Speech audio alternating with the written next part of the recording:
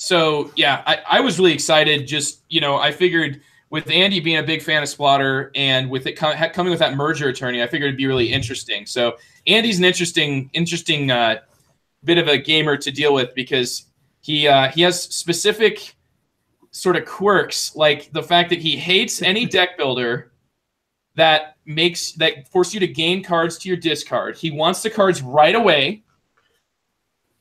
And he also, wants every game to be designed by Splotter. But we're already Sierra Madre. I'm expanding. He wants it published by Hollandspiel. Oh no, Hollandspiel's okay. Yeah, good one, DC. Or just published by somebody who just releases the PDF and expects you to do it yourself. Well, that's a challenge. I mean, I understand that. Like, I dare you to play my game. I came as close to Andy as I ever have today, because I actually got two things. Two things made me come close to Andy. First of all, I'll talk about this on my hype section. Woo! Great Zimbabwe came in, and it's an oddly competent Splotter production. And what I mean production-wise. Right, I'm not trying to criticize their gameplay at all. I've gone on air before saying I really enjoy them. But this one right here, the Great Zimbabwe, to me has just a beautiful, distinct art feel that no, I feel like there's not any board games really that pull off a really having. I feel like Mombasa is set in Africa, but it has like all the artwork is of frilly white dudes, and it's awful. Like Great Zimbabwe is legitimately has, and I'm no expert in Africa, so I don't want to call it authentic African art, but it has a distinct art style that to me, does not make it look like a traditional Euro game. And it calls to mind its source material, which would be Africa. Yeah, but not being an expert on it, I don't want to say anything, that would be misguided. So anyway, I got a Splotter game today. So that first of all makes me like Andy. Second thing, I got this in German. It's the Palaces of Carrara. And I actually made paste ups. I had to cut pieces of paper, kind of like what you do all the time, Tony, when you're designing things. Yeah, I did that for the first time ever, making me kind of like Andy, because Andy prefers games that are so incompetently produced. You have to produce your own boards, tokens. You have to do special things to the components to make them actually usable, or to make it so that they're, not going to poison you because of the, some weird reaction the ink has when it gets on human skin. No, Andy, nothing. I thought he was talking about my. I thought he was talking about my Avalon Hill copy of Nexus Ops with the toxic glow in the dark pieces. That actually I've heard is we really got cool some old school miniature games from when I was a kid, have lead in them still. No, chewing them in your mouth. Nice. Yeah. I got to get you guys a link here really quick. I'm going to get a link so that you guys can get into the YouTube chat, because we'll have a live chat, and it looks like we've already got a couple of folks joining us right now. So looks like we got Norm and we got Jerry. And I'll give you guys that link. I'm sure. And check here in the chat of our Hangout, and you can just click on that. That's just to pop out that way. Bandwidth wise, my computer could not hold streaming myself and watching myself, which in a weird way is kind of like looking at yourself in two parallel mirrors. But also is maddening because it's 10 seconds behind, and so you're hearing everything you heard 5 seconds ago. So. Yeah, but anyway, it's good to hear from you guys, Jerry and Norm, and we'll look forward to hearing more as it goes on. Yeah, and all the rest of you outlaws out there, you should come and join us as we record live every Thursday night at about 9 p.m. Central Standard Time. So without further ado, we're going to go ahead and get the episode kicked off. This will be episode 147. We got Tony Chen on the episode to join us, or Chen Tony. It's depends on where we're marketing to, right? So yeah. So, but I'll do it based on what I've seen on boxes that I've played. All right. So you're Tony Chen, because I don't get too confused. But we're gonna go ahead and get this kicked off. 3, 2, 1. Hello and welcome to The Good, the Bored, and the Ugly, a podcast about board games. I'm the host of The Good, the Bored, and the Ugly, Joe Sallin. I'm joined tonight by two regular co-hosts, Andrew Dennison. Hey, how's it going, Andy? Pretty good. We had a snow day today, so I didn't have to do anything hard. That you mean your job is harder than being at home and dealing with? Yeah, I don't know. 100 middle schoolers in a day. Most people would classify that as stuff. Yeah, if Andy comes to game night after school, I can usually smell him from that. You know, just the contact with those. No, Andy, it's great to hear. I was also, the snow day affected my school as well. Me and Andy are both teachers here in central Iowa, and for me, I ended up, like I told the guys earlier, doing my first one of my first do-it-yourself board game paste-up projects to make the palaces Die Paläste von Carrara into the palaces of Carrara, at least for its scoring goals. I even use colored pencils because I don't have a color printer at my house. I like shaded over things with colored pencil. Yes, Andy, go ahead and laugh. You've done that before, I'm sure. I'm absolutely sure you have. It's funny. No, anyway, I have a laser printer, man. Andy has I suppose, Andy, you actually probably have a more professional studio for making games than some of the publishers you buy games from. Yeah, it's possible. The next step in Andy's board game career is to make an 18xx game that he's going to sell 30 copies Design of. Yes. 30 copies of. No, my one game idea, they said everyone has a game idea, and I do have my one, and it's the stupidest thing in the world, so it will never sell.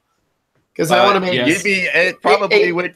No, wait, no, there's two. 18xx, the dexterity game. No, yeah. No, the other one actually sounds like a good idea, right? What is the other one? A logistics game about the digestive system. No, Andy, it was supposed to be 18 Sodor. I recommend Panamax as a jumping off point for this digestive tract game. Actually, that's a really good point. That's what I thought when I played the dang game. The colon company, and it's a canal you're pushing stuff out of. Guys. Okay, all right. Thanks, TC. We have my other two regular co-hosts here are biology people. You're hearing right now from TC Reed. How are you doing over there in Portland, where it's not freezing cold and snowing? No, we just got mudslides all up over here on this side of the world. Yeah. It's just raining like crazy. Yeah, no kidding. Well, we've got I'm not not saying only it's guys cold in Iowa, but a tauntaun ran past the window today. If he was living, then it's not that cold. Yeah. All right, so but it's not just us on this podcast today. We've also got a special guest designer all the way from across the world. Right? What time is it over there right now, Tony? 11 in the morning.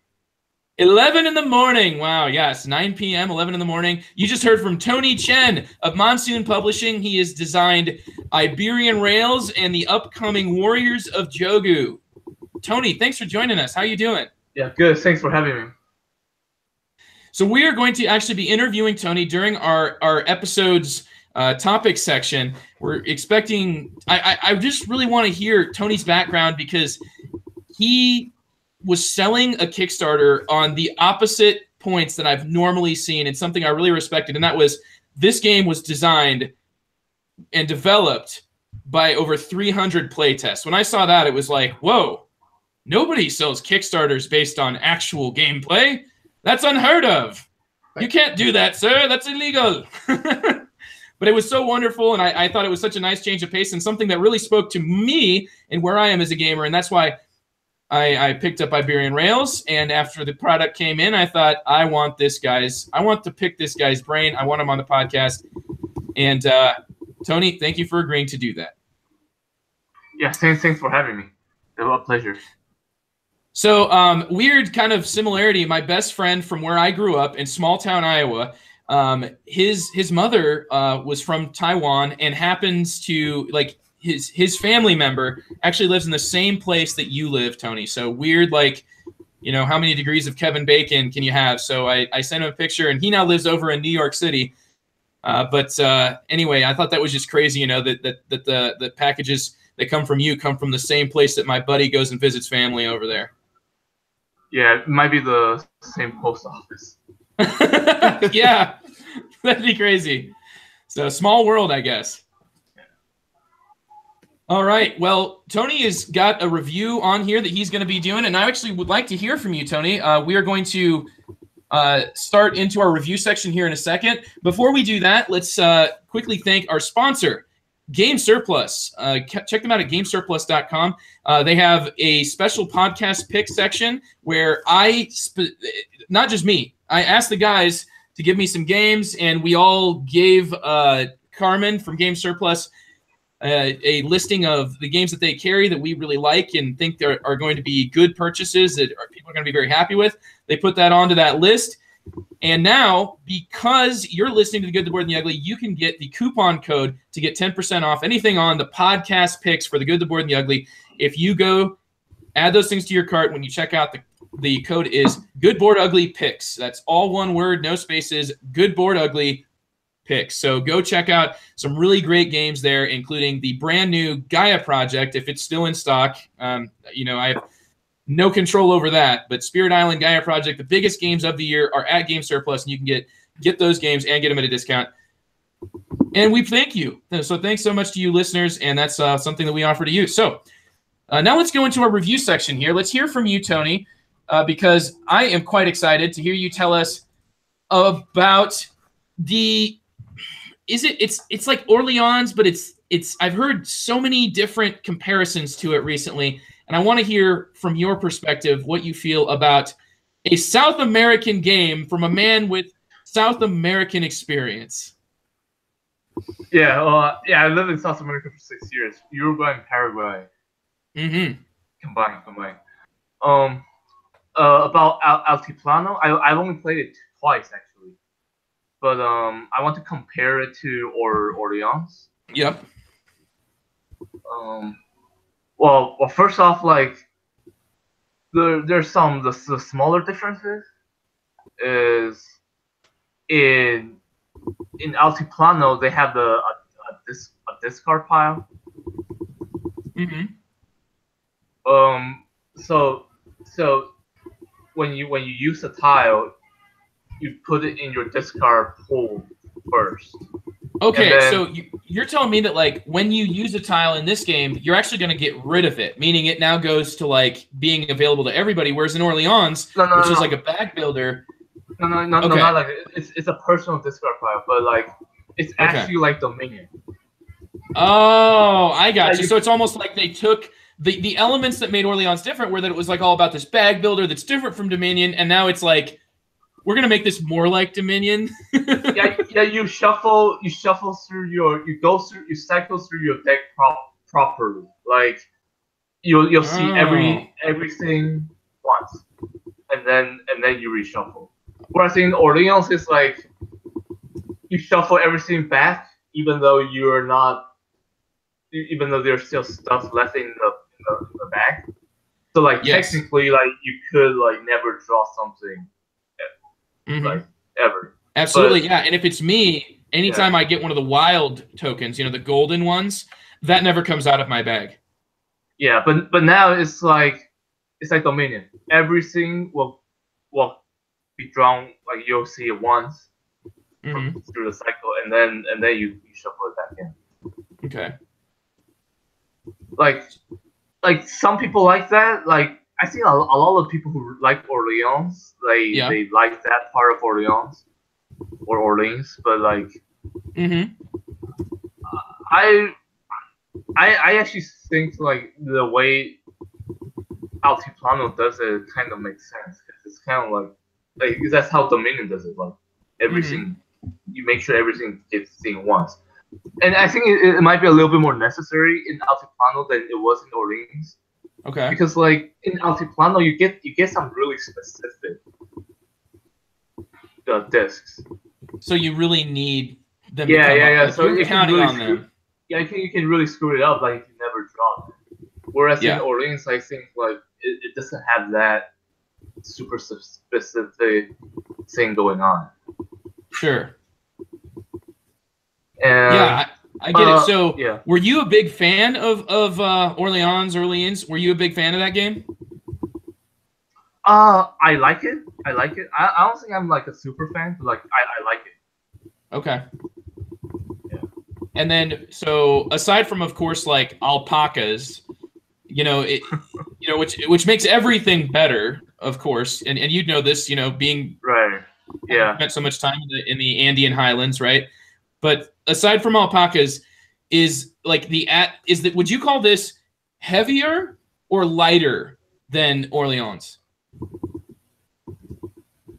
Oh, I think it's about the same actually, but I think you had to play it. That's the other difference I was getting into. Like, you had to play it. It's like the game rewards inefficiency actually. Yeah, it rewards you being inefficient. Yeah, because like in Orleans, like you can like really trim down your pull to the point where you're really efficient. Like you're just drawing the same disc every turn. Yeah, that's like everybody plays Orleans like that. Like the bag stops even mattering, really. Yeah. I noticed that. And then you just start like boosting your victory points, which are like all outside your pool, right? Like you build posts and you get like these like good resources, and they don't go into your bag. But in Altiplano, it feels like almost everything you get that will score you points, they're added to your bag. Like you score based on your discs. Okay. All right. So more like Dominion, sort of. Yeah, exactly. So you can as you're like really, even when you get your engine going, you're like really adding like your points into your pool, but then you have to keep trashing them. It's like you have to continually keep trashing them. Whereas in Orleans, like you can stop trashing them, like you just once you trim it down, you're just hitting, like the bag doesn't matter. But like in Altiplano, like you will always have stuff in your bag, and it's also harder to trash, because in Orleans it was like the public deeds. It was like pretty simple and straightforward. But like in Altiplano, like it's a little bit harder, because like the way the warehousing works, you trash your stuff into your own personal warehouse. And the way warehousing works is like sometimes you have better times to trash versus it might not be ideal to trash this turn, because of the way corn and the warehousing works. So like you're like, so it's like you're managing like a more discs. Like I think like more discs will go in and out of your pool throughout the game, and that's like of the game. Okay. Yeah, so it sounds like what you've said so far almost sounds like these choices in design space has sort of like conserved some of what made Orleans great, but made it maybe better. Maybe you like this one more, Tony, because it pushes it more towards Dominion, which, believe it or not, is kind of the type of thing I need to hear to really get me excited to play this, because I'm in a weird spot with Orleans where I feel like everybody else likes it, and I'm like, it's okay, and I wouldn't even go as far as to say that I like it. There are aspects about it that I really don't enjoy. Like I just don't like how the tiles that you get are just immediately gone, and there's only one of everything. It's an aspect of the game that, especially with how critical those become in like the sort of chain that you end up making, that's like, I do this to get this to get this to get this, and it's all based on these tiles. And I feel like, especially when I played Orleans, which I haven't played with anything beyond like the base game is what I played the most, and then I played a little bit with the Invasion, the cooperative mode, which everybody just went crazy about. And they're like, oh my goodness, it's a cooperative Euro game. Yeah, it's a cooperative Euro game where everything that you do is just like get a whole bunch of stuff and then get rid of it. it's just, to me, it was like not very exciting, and everybody else loved it. I feel like it's one of those weird like it's fine, but I'm not the huge fan. And what you're telling me about Altiplano, not only was I already interested because, like you, Tony, I've got, you know, like a passion and a love for like Latin America, and it's this part that I'm not familiar with, so I'm very interested in it.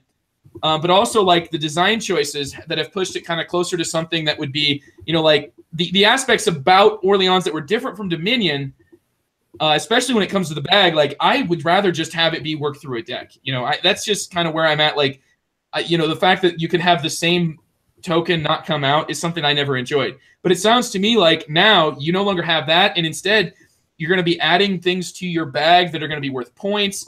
That all sounds cool. So I'd be pretty pumped to check this one out. And I'm glad that you chose this one to review so we could talk about your experience in South America. You were in Paraguay and Uruguay and Paraguay for what, 6 years, you said? Yeah, 6 years total. Wow. And when you went there, did you already have any knowledge of Spanish? No, I didn't actually. I learned while I was there. I was pretty young though, so like it wasn't too hard. Like 2nd to 8th grade. Wow, that's crazy. That is really cool. So from 2nd to 8th grade, you were like in a totally different country, and then somehow along the lines, like you were learning English that whole time too. Yeah. Well, I went to American school. Yeah, which that's what blew my mind. Like in American school in Paraguay, like whenever I have my kids do a project where I have them like researching and trying to find like a school online, I swear every kid finds the American school in Paraguay or the American school in Peru. And it's like, nope, you got to choose a different one. They teach in English there. We want to find a, you know, just a high school or a grade school. But what's really interesting to me though is that like you're an alumnus of that of like that school, you know? So really cool. When my kids find that in the future, I'm going to think in my head like, you know, I really want to talk about board games now, as if I don't already enough with my kids. So would you say Altiplano for you is a play it before you buy it, or ignore? I like the game, but like I think it's a play before you buy it. Okay. Yeah. And if you're a fan of Orleans, or however you say it, would you say that you should try this for sure, or would you say that maybe, you know, this one pushes it more towards a traditional deck builder, and maybe you'd be better stuck with, you know, the Orleans expansions that are already out? It depends on how much you like Orleans, and like the immediately back to the pull mechanism. But I think a lot of people from Orleans, I think you'll be curious to try it out, but like you might not necessarily like it better.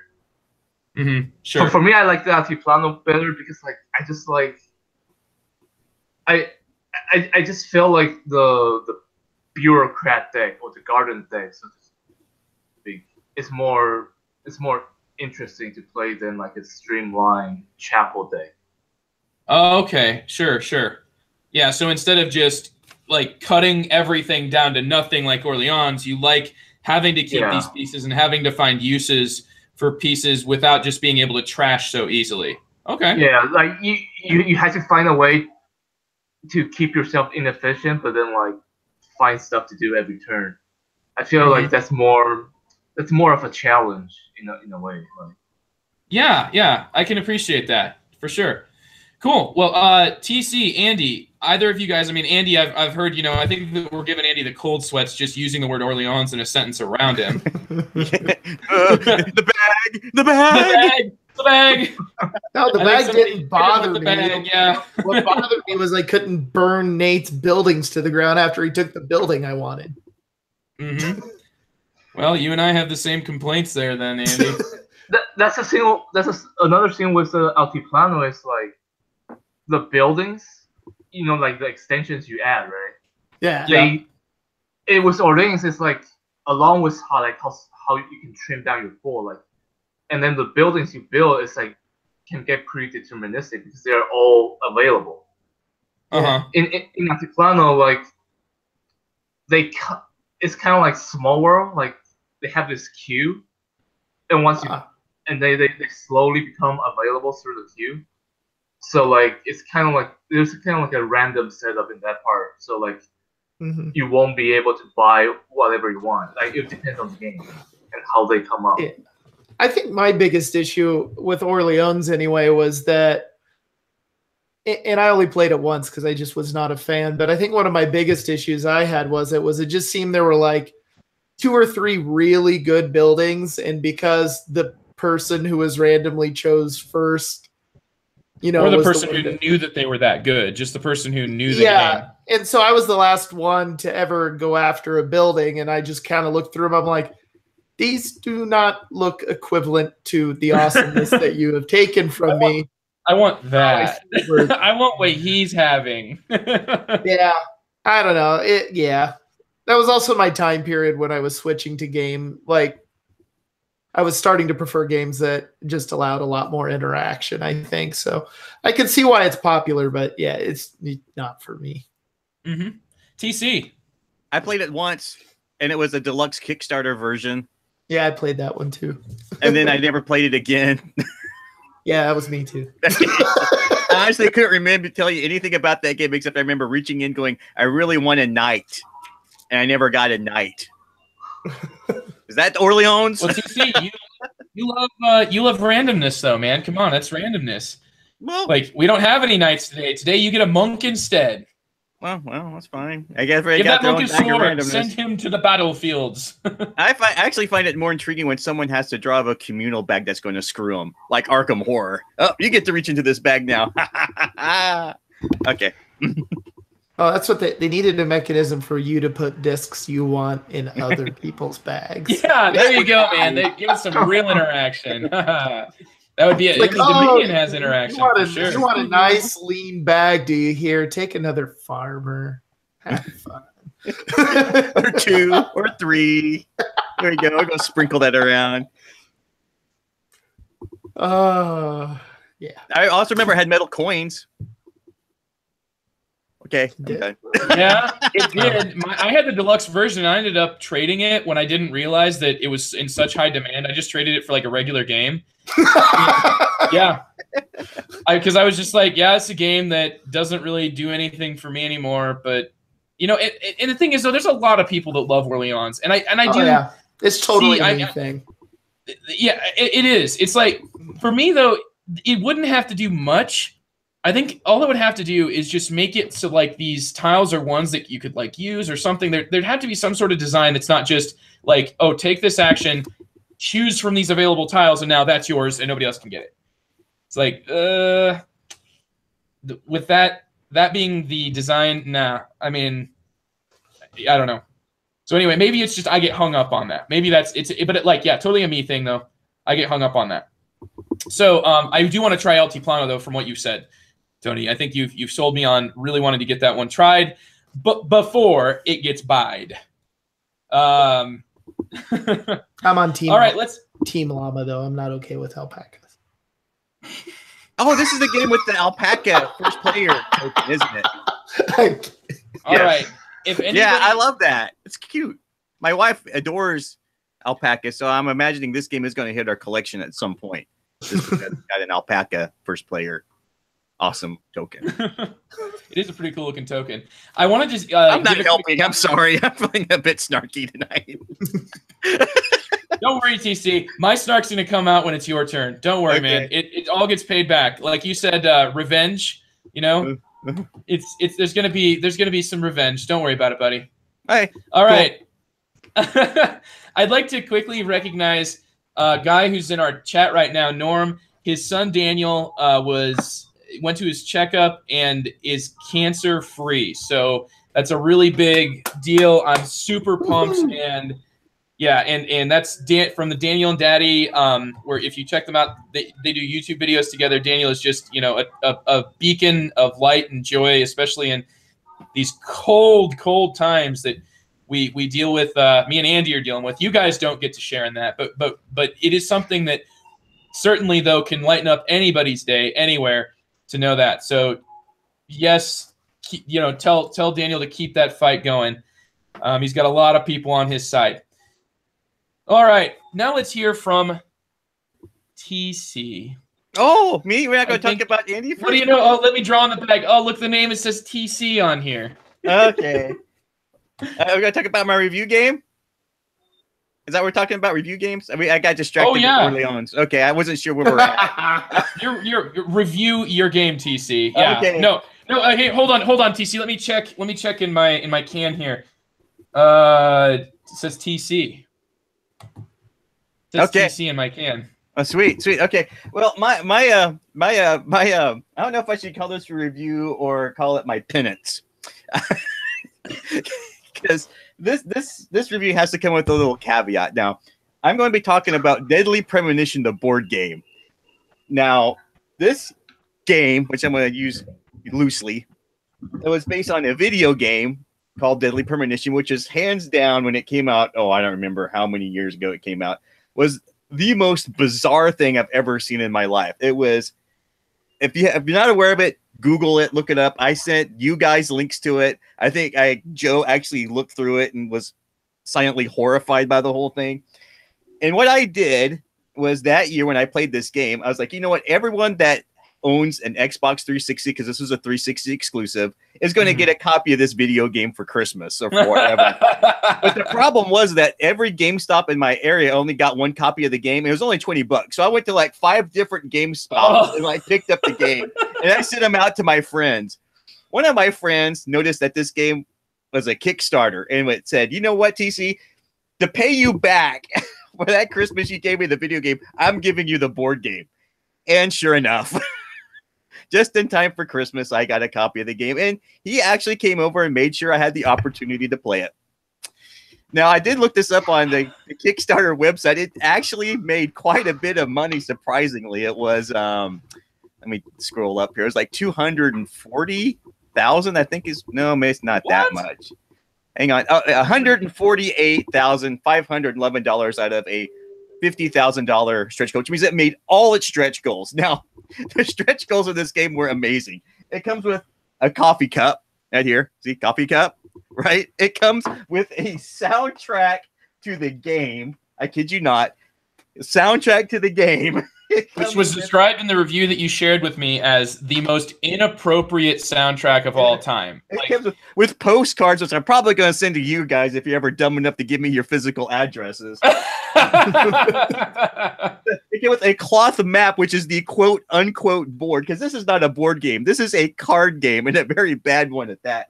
It does have player boards where you put cards on. Now, what you're doing, and it also comes, more importantly, it comes with roll cards that you put in these little sleeves here, which have no effect on the game whatsoever. It's an optional thing where you, where's it say in the rule book? This is amazing. This rule book looks thick, but it's like in like 5 different languages. So it's actually only a 5-page rule book, which is surprisingly concise. You can actually play this thing. It is, here we go, optional. For extra fun, deal an agent bio card to each player and role play them for the entire game.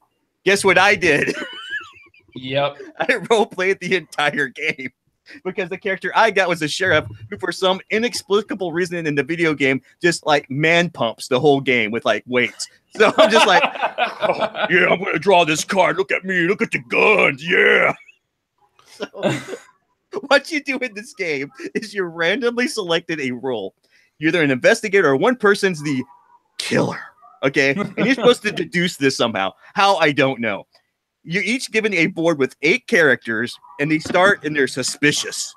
And you draw 5 cards, and you get 2 actions on your turn. You either play a card and it has a screen symbol, and you can move one of your characters up and make him innocent. Or you can play it against another person's character who is innocent and say, I accuse him. And then you do this weird back and forth thing where it's just whatever random card you have, you can like win, and then you draw more cards. And then at the end of the game, when all your guys are innocent, you can make a final accusal and figure out who the killer is. Now, this is the best part of the game that I did not mention, because I'm going to bring this just to watch you lose your mind, Joe, because there's an action you can take where you say, I'm going to play this weather card. And you draw a weather card, and it says, check the weather. And you can murder your own agent, your own suspects, by rolling a 6-sided die. Oh, and it's like beautiful. 1 through 6, and you got 6 spots. So if you roll 3 up, he's murdered. Now, the killer wins this game if like 8 or I don't know how many people are killed. So if you're murdering your own people, you're basically giving away you're the killer.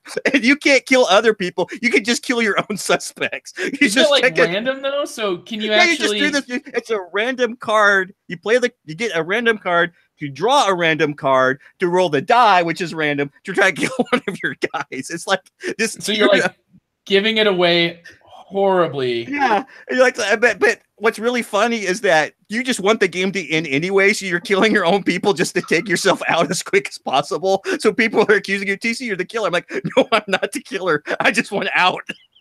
Right? You actually wanted the game to end? Like, what? How fast can this end? It gets better. If someone accuses you and like you're out of the game, like, okay, you're out, but on your turn you still get to roll a die to kill your people. Because it's the weirdest thing I've ever played. I knew at the beginning of we had our 2018 predictions. We had these dire predictions about the industry. I'm actually a little hopeful out of this game because this game tells me that if you like something and you're passionate about it and you can create something and you get other people to fund it, you can make it. So hopefully Disney won't buy out everything because they'll still have weird stuff like this hitting. Oh, and I forgot the best part of the exclusive. It comes with a letter from the designer of the video game that makes no sense whatsoever. He just wrote some stuff that says, I am very happy to present you Deadly Premonition, the board game. I think that a really interesting and deep board game has been completed. He thinks. He had nothing to do with this. He just wrote this. It's like, thank you for remembering I made this game. Have fun. Nice. I think I would have rather backed the one Trent linked on our chat a couple days ago, which was for the best upcoming yard game ever. And you pay $60 for a 5-gallon bucket, a rubber ball, and a shellacked piece of wood. Yeah, this is insane. I think you would have came out ahead if that's what you had received. Looking here at the Kickstarter, TC, I don't see anything about how many times they play tested it. These guys don't think I tried finding these guys on Board Game Geek to see what else they designed. I don't think designed anything else. The publisher, which is like what's the publisher's like Rising Star Games or Red Star Game. The only other thing they've done was the actual video game. So I'm thinking they're like, oh, good, we can just make some more money. Knock yourself out. What's bizarre to me is that you actually wanted this game to end. I feel like I'm not sure if I even know you anymore. I thought that you lived for these types of games. Well, I do, and I'm going to carry this around with me for this in case when you see it, you'll be like, oh, God, I hope you don't have this game, Liam. I hope it doesn't. I would like to point out that our sponsor is Game Surplus, and Game Surplus specializes in finding hard-to-find games. Contact Carmen. You do that at your own. And ask for Deadly Premonition, the board at your game. own peril. At your own peril. Carmen doesn't have time to go find a game that you're going to give to somebody as a gag. And I will, if he gets it, I'll actually put this as one of my podcast picks, so you can get 10% off to torment your friends who play board games. TC, that's going on a long view. Well, no. I'm struggling for what I would recommend for the good, the bored, and the ugly. Here it is, guys. Right here. Look at those eyes. Ooh, scary. Ranks up there with that game I heard about that was sent by some weird misogynistic male that was all about proving how tough of a guy you are, where cards would have you punching each other in the arms, and they came with bitter pills, which were some weird powdered candy in a medicine bottle that was not labeled with any ingredients. Oh, yeah, and it was actually pretty sure it was illegal. About this game was before the game even came out, I got a code from my friend and it was a Steam code. So I entered it in, and there's actually a director's cut of the video game on Steam I got because he backed this thing. Wow. I'm like, oh boy. I'm afraid to install this thing. It's gonna kill my computer. I watched more reviews than the one that you linked, TC. I actually watched more reviews just to see if I actually wanted to pick it up. And I think ultimately what deterred me was that the video game is supposed to be 20 hours long. So it's it's a ton of content, But, like one of the reasons I love, movies, and everybody who loves Deadly Premonition loves it because it's just so good at being bad, which is like, if you've ever seen like the movie Troll 2, it's like, it's so watchable. It's strangely watchable. You just keep watching it because I don't know, it's entertaining, but it's not actually good. Here's the thing about the video game is there was a point where you're just driving around town and you can actually run out of gas and have to hike like 30 minutes to get to where you need to go. But you're driving around and then the main character just starts talking to this imaginary character in his head about B movies, B horror movies and stuff. I actually spent more time driving around this dumb town listening to this guy talk to himself about horror movies than I ever did playing. It was actually that entertaining. And he gets paid for like shaving, right? Every time you shave him, he gets money. And it is out there, and these type of things fill me with happiness and joy. I don't know why. Well, I'm really happy for that, Casey. I'm glad that you're happy, even though it makes everybody around you sad. No, I'm just kidding. This is actually really funny, and I'd be very entertained to try this one as long as it's short. It's relatively painless. It's something else. So there we go. Yeah. Deadly Premonition. Quote, the board game, unquote. So are you going to be taking any design tips from that, Tony? Maybe. Actually, you can get some interesting ideas and then do something different. Put them in a terrible game. Yeah, I think that would be an awesome thing to do, Like have a great idea and then just throw it onto this game that has no chance of actually entertaining people, though. Just make it out of black and white cards, and you'll make millions. Oh well, no, you'll make millions on people like Andy because he's going to want to print his own set and make the actual in color, on his laser printer and 3D printer and laminator, and it'll be mounted on chipboard, even though it's not necessary to mount it on chipboard. Andy once mounted the stocks to an 18XX game all on chipboard. The stock shares. I'll give myself carpal tunnel after that too. It was bad. Yep. So we still got a couple reviews here coming. Why don't we go with you here, Andy, talking all about your initial thoughts on a game that we played together. What did you think about Time of Crisis? TC. Oh, I'm excited. Please go on. Time of Crisis is a GMT game. Came out this year. It's making some pretty big waves through like the light war game community and such like that. I know it got a lot of play at the WBC this last year. It's kind of like a light war game with some deck building involved with it. So you can add up to your deck to, basically be able to make political actions, military actions, and so forth. There's some random events in it. It's basically historically takes place at a time in Rome when basically crap hit the fan on every level.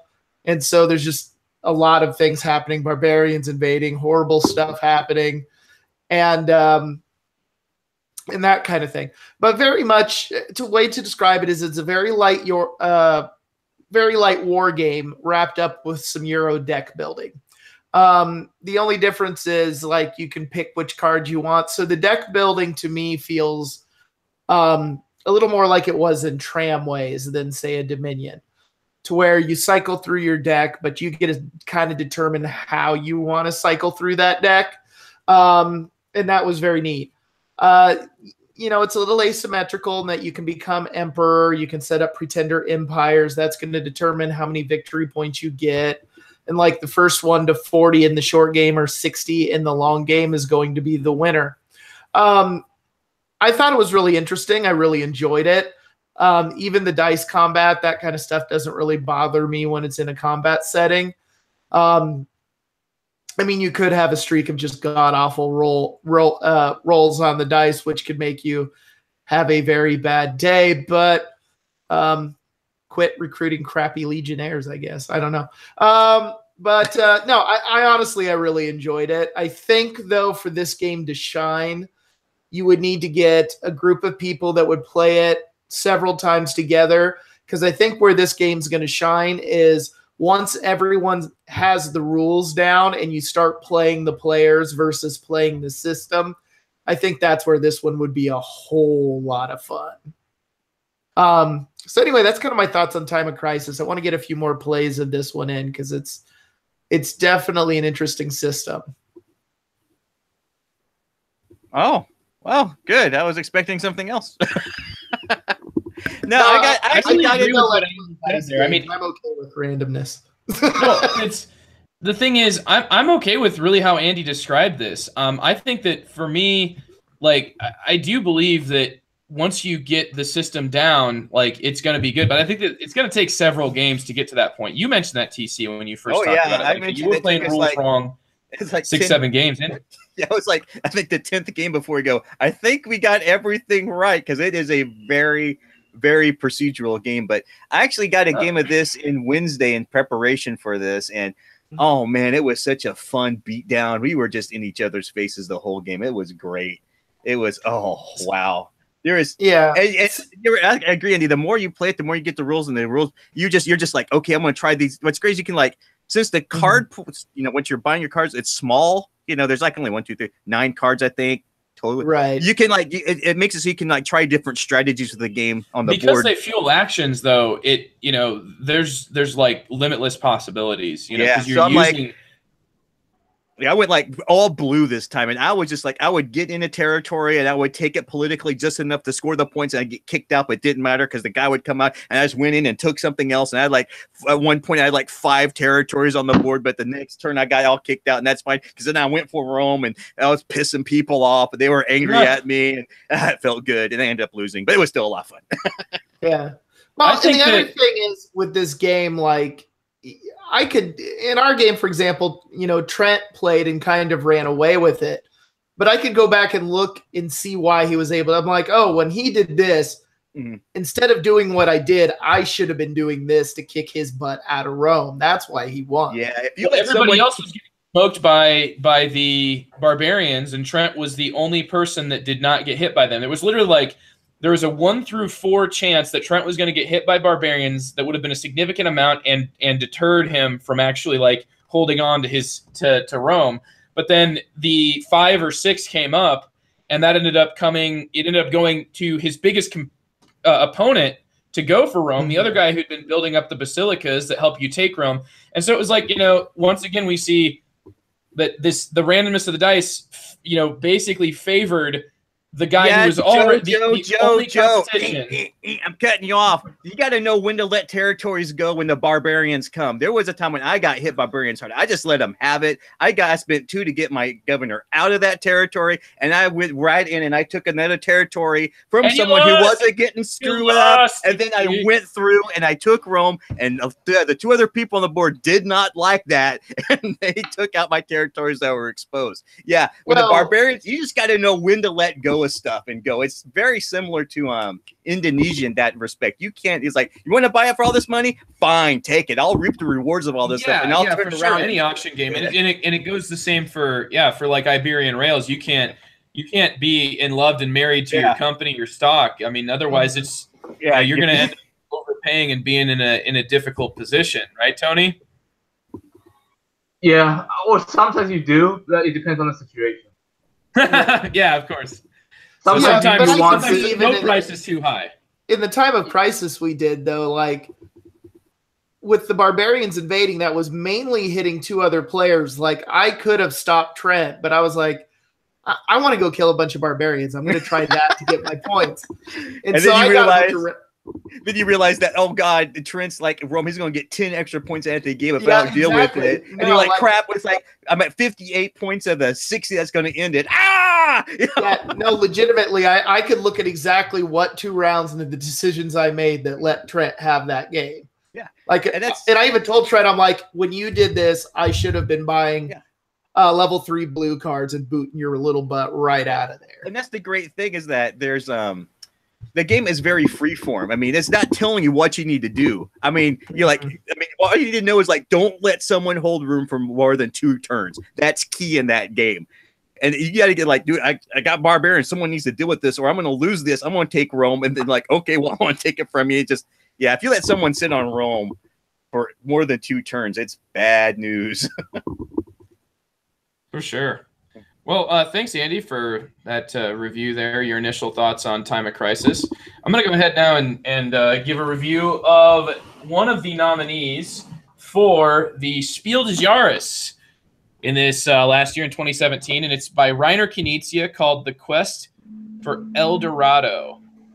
El Dorado just, I mean, honestly, this game has just kind of, I don't know, it never really made that big of a splash, I feel like, for being a Spiel des Jahres game. Though I think that's probably just because there's a bit of a delay between when it's big in Europe and when it becomes big here.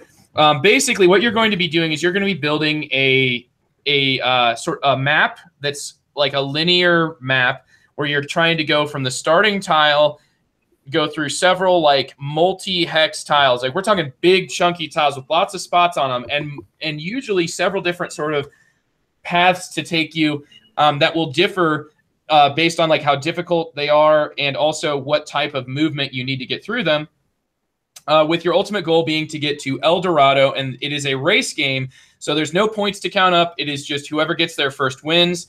Then if there is a tie, there's a way to break the tie, which has to do with like basically whoever was making the best progress earlier is going to have these barrier tiles to get removed for others. And that person then ultimately is going to be the winner of the game. So how are you actually moving is one of the simplest deck builders I've ever seen. You're going to start with 8 cards in your deck, and all these cards function in one of 2 ways. They're either something that helps you to move on the board or something that helps you to buy cards. And there are still some spots on the board that allow you, that require you to spend money. So I guess even the money that you use to buy cards is still used to move through the board. There's 2 types of movement on the board. You've got jungle movement and water movement, and you start with a deck that's much more catered towards jungle than water movement. And so you kind of make decisions as to how you're going to, on your turn, advance, because you block other people. Wherever you are at, it blocks other people. So if you find a choke point and sit there, other people are going to have to go around you. And then you also decide what cards you're going to buy to add to your deck. And the card selection in this game is actually static. It starts out with the same 18 cards, and there's only 6 that start available. But whenever the 6 that are available, whenever a stack is depleted, you're able to choose any of the remaining 12 cards. But there is no like randomness in the deck building in this game aside from the shuffle. There's no randomness in the availability of cards. It's all player driven. When you are building the map, though, the reason I said like you're going to build a map is because there's lots of ways you can build this map. You can actually make your own maps, and they include like I want to say 7 or 8 of varying difficulties. And the more difficult maps are going to have like choke points where you're forced to have a lot of a specific type of movement because you can't spend 3 different jungle cards that are machetes. You can't spend 3 jungle cards to move on 1 3 jungle space. You have to have all of the movement necessary to get to that tile from a single card. So you have to have the big cards, and so you're actually kind of deciding when you're building your deck which path you're going to be best suited for. Here's what I think is great about this game. Deck building is a concept that is not automatic. We all know that feeling of playing a deck builder for the first time, and unless you got coached heavily, you probably bought points and realized how pointless the points were at the beginning because you can't actually do anything with them until the end of the game. In the Quest for El Dorado, every type of card that you get, you can look at the board and see what's in your future and see what card you're going to need. You are choosing strategies based on where other people are at, how much money you actually have access to, which is fairly common in deck builders. You try to maximize how much money you get. Oh, you can also turn any 2 cards into $1, which is kind of nice. Cards also have a second use. All this stuff for a game that's nominated for Spiel des Jahres is super, super simple, right? And you can always see your progress too. Like in Dominion, how many points does everybody have? I don't really remember. How many provinces did you get? How many provinces did I get? I really love Dominion. Love, love, love Dominion. But it is a frustrating game to play when there's a skill discrepancy at the table. We all know what it feels like to be like, would you mind taking your turn? And that person is like frustrated, like, I'm just getting stomped and killed and I just want to go home. So I think that El Dorado is like the best starting point. This is where you get your kids started on deck building, right? This is, there's not the it doesn't do what Ascension does. Ascension takes like randomness and it's like, oh, these are the 6 cards you can buy, you know, and these are the 6 cards you can fight. Everything is just based on these 6 cards that are out here and a few like static stacks that are out. But it's like it almost takes strategy away to make it easier. And it has complicated like 2 different currencies and everything. Everything in El Dorado is super intuitive, and it's not removing necessarily any complexity from the way that the game is actually being played. I mean, you could see an expansion come out that would really blow these cards out of the water and just like how many cards are available and stuff. The thing that is, all the cards are fairly simple as to what they do. I mean, you can look at a card that's like, this card costs me $1 and it gives me 3 machetes when it comes up. You know, it's the same as the card that I've already got in my hand that gives me 1 machete. And that's how a lot of the cards are. There are like 6 or 7 different cards that are different fundamentally and actually have text written on them. But, you know, for the most part, this is just going to be your perfect entry into deck building. I would teach this before I would teach somebody Dominion, just simply because Dominion is read these 10 cards, solve this puzzle, and then see how it plays out. El Dorado, you know, you're not solving a gigantic puzzle at the very beginning. It's a lot more tactical, and you make decisions as the game goes on, and that just works great for a gateway learning game. Are you playing the Jeopardy theme song, Andy? Who is that? Is that you, TC? Am I hearing the Jeopardy theme song in the background? Well, is that you, kids Tony? are playing it. Well. Maybe it's just I'm hearing voices telling me it's time for me to stop talking. Have any of you guys played The Quest for El Dorado? I see it on the rental ship at the game store, and I really want to bring it home to teach my kids. It looks very intriguing. Yeah. I mean, that's where I'm at. I'm like, then I look at it, I go, oh, but they have Civilization, The New Dawn. I think I'm going to try this instead. But yeah, I keep looking at it and eyeballing it, and I see it getting played. And people have said some nice things about it. I haven't had a chance to play it, though. No, I really want snarky to try that. No, you're not being snarky. I was just waiting for Tony. What were you going to say, Tony?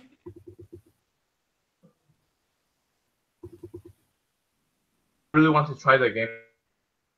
Mm-hmm. Maybe some lag in the... Sure. It could be, man. We're sitting like on the other side of the world from you right now. Or as my flat earth believing student would say, the other side of the disc. So it's a long ways to go. It's kind of amazing that we can even make what each other is saying out. So yeah, if you wanted to try this, I really highly recommend that you do, because as a game designer, I think that you're going to feel a little bit of creativity potential here in just building your own track. Yeah. The game gives you some recommendations that are kind of cool for that. You know, like it says specifically, don't make it so that one side of the board is super easy to get through, because then people are just going to go that and the whole other side is going to be ignored. Make it so that like anytime that you've got an easy spot, there's some sort of a give and take where it's like we're going to be stuck at this pinch where you need all this water movement, and you're not going to have it unless you built your deck that way. Here's where I'm at with this, right? Like I played King Domino from the Spiel des Jahres, and I was like, this won the Spiel des Jahres. This game that feels like somebody just popped out a game out of thin air and was like, hey, we made this game, you want to try it? Sure. There's nothing special identifying about King Domino. It's nothing. And then we get a game like The Quest for El Dorado that not only does it mash together like a race game with deck building, but it does so in a way that is absolutely intuitive, easy to teach, and gives an entry level to a beautiful genre that's just ever expanding and very popular. And then we're going to give the Spiel des Jahres to the game that's about, like, drafting 4 tiles, or drafting tiles equal to number of players, and then just getting to choose the order based on what you drafted last turn. That's it. Turn order the board game. I guess Spiel des Jahres favorite, like, family games. Yeah. There was, like, a lot of, like, love going to King Domino on Twitter yesterday from people that were normally in like the heavy game community, which I kind of was all baffled about, but I haven't played it, so I don't know. Yeah, well, I highly recommend it. I think that your family would like this one, Andy. I do think that you'd be able to get them to play this one, and it's not expensive either. There's a lot, in my opinion, expansion, with an expansion, this would be absolutely blown out of the park potentially. But what's cool about it is it's only like, I want to say $35 list price, and it's a full size game board with functional pieces. I think it got criticism for having Hobbit cards in a deck builder, but I mean, yes, it's not the best to shuffle, but like it was a very minor gripe in the video I watched, and to me, like I would pass that on, but say, yeah, I didn't really care. So anyhow, yeah, I'm a big fan of the Quest for Dorado. And now this brings us to the end of our review section and the beginning of what I'm really looking forward to here, Tony. We know a bit of your story starting in 2nd grade, but we're missing the part where you became a board game designer. So where did you start playing board games? Or where, when, like how did you start in the hobby? And also, how did you get to the point where you wanted to start making your own games and releasing them? I started playing when I was at Berkeley. I was going to school there, and like there was a local game group called the Berkeley Board Gamers. That's cool. I joined that group, and that's where I learned these games. I think like one of the first games I played was like T&E, Tigers and Euphrates in Puerto Rico. Yeah, and I got hooked, so I started playing. Some good games to start with, man. Some real classics. Yeah. And then like it was like a couple of years later, I came back to Taiwan, and then like I was like I wanted to design my own games. Like I was really interested in designing games, so Iberian Rails was the first one where we developed like seriously. Mm-hmm. Well, and what's really interested me about your process, Tony, is that it isn't just that you're going to design a game and then you're going to try to pump it out and sell it to people. Like when you say that you really developed this game, like this game went through, your first game went through hundreds of playtesting sessions. I don't think that's really characteristic. I think that people kind of like designers in general, produce enough to just wash their hands at some point and just say, yeah, we're never going to get it perfect, but here you go. And I really feel like you went the extra mile with it. Now, where did Iberian Rails start in the design process? Like what were you playing a game when you had the idea? Was there other games that you were playing that sort of inspired you to design Iberian Rails? What would you say was the biggest inspiration? Yeah, like I'll play a lot of games, and different games will inspire me, give me different ideas for different game ideas. Specifically for Iberian Rails, the inspirations were Chicago Express and Imperial. Imperial, excellent! Wow, that is, and that's what I had a friend who really loved Imperial 2030, and I was like, dude, you really love Imperial. Like this does that type of thing with a train game. So that I absolutely see that. And then you sort of your own spin was setting it in Spain. Yeah. How did you decide to set it in Spain, and why? Well, thematically, like I just came back from a trip to Spain. Oh, of course. I started developing, so I liked it. And another thing was like gameplay wise. Again, I was inspired by Imperial, right? And like I like how this map in Spain was kind of like circular or squarish, and because I play Imperial a lot, and like I realized like what made Imperial the original, the one on Europe in the European map. Yeah, it had a lot of interaction because it was all kind of circular. Like the different countries will have this area in between them where they had to go grab it. So like the Spain map allowed me to do that in terms of constrict and force people into competition. Yeah. Mm-hmm. Is there any specific city on the Spain map? I noticed that Madrid is not a tourist city on the Spain map. Is this commentary? It's yeah. We chose which were tourists or not. Even the city placement, like we chose them for gameplay reasons. It's not necessary for Sure. the thematic or the realistic geographical Yeah. Well, realism. to compare to another train game that gets a lot of flack for this exact thing, Ticket to Ride has Minneapolis listed, like it has Duluth on the map. Like Duluth is a historical, like it's a historically based train like shipping game where it has to do with supply lines of different goods in the Americas, even though they tell you that you're supposed to be riding these trains because you're tourists, which makes no sense. Why would tourists ride a refrigerator cart? It makes no sense. Anyway, back to what I was saying, which is that it says Duluth, and anybody who lives in the northern Midwest or even knows just Minnesota knows that Duluth is like northeastern corner. It's on the Great Lakes, and they put Duluth right where Minneapolis is. But the reason behind this, designer-wise, is gameplay aspect, right? They wanted the gameplay to feature that being a shorter route and have more interaction with the bottom part of the map than having it feature, interacting with the OP Canada strategy. By the way, Canada OP, you're playing Ticket to Ride for the first time. Traverse Northern Canada. Yeah, that's right. I just said Canada OP, Norm. It's because of you. Anyway, Norm's up in Saskatoon.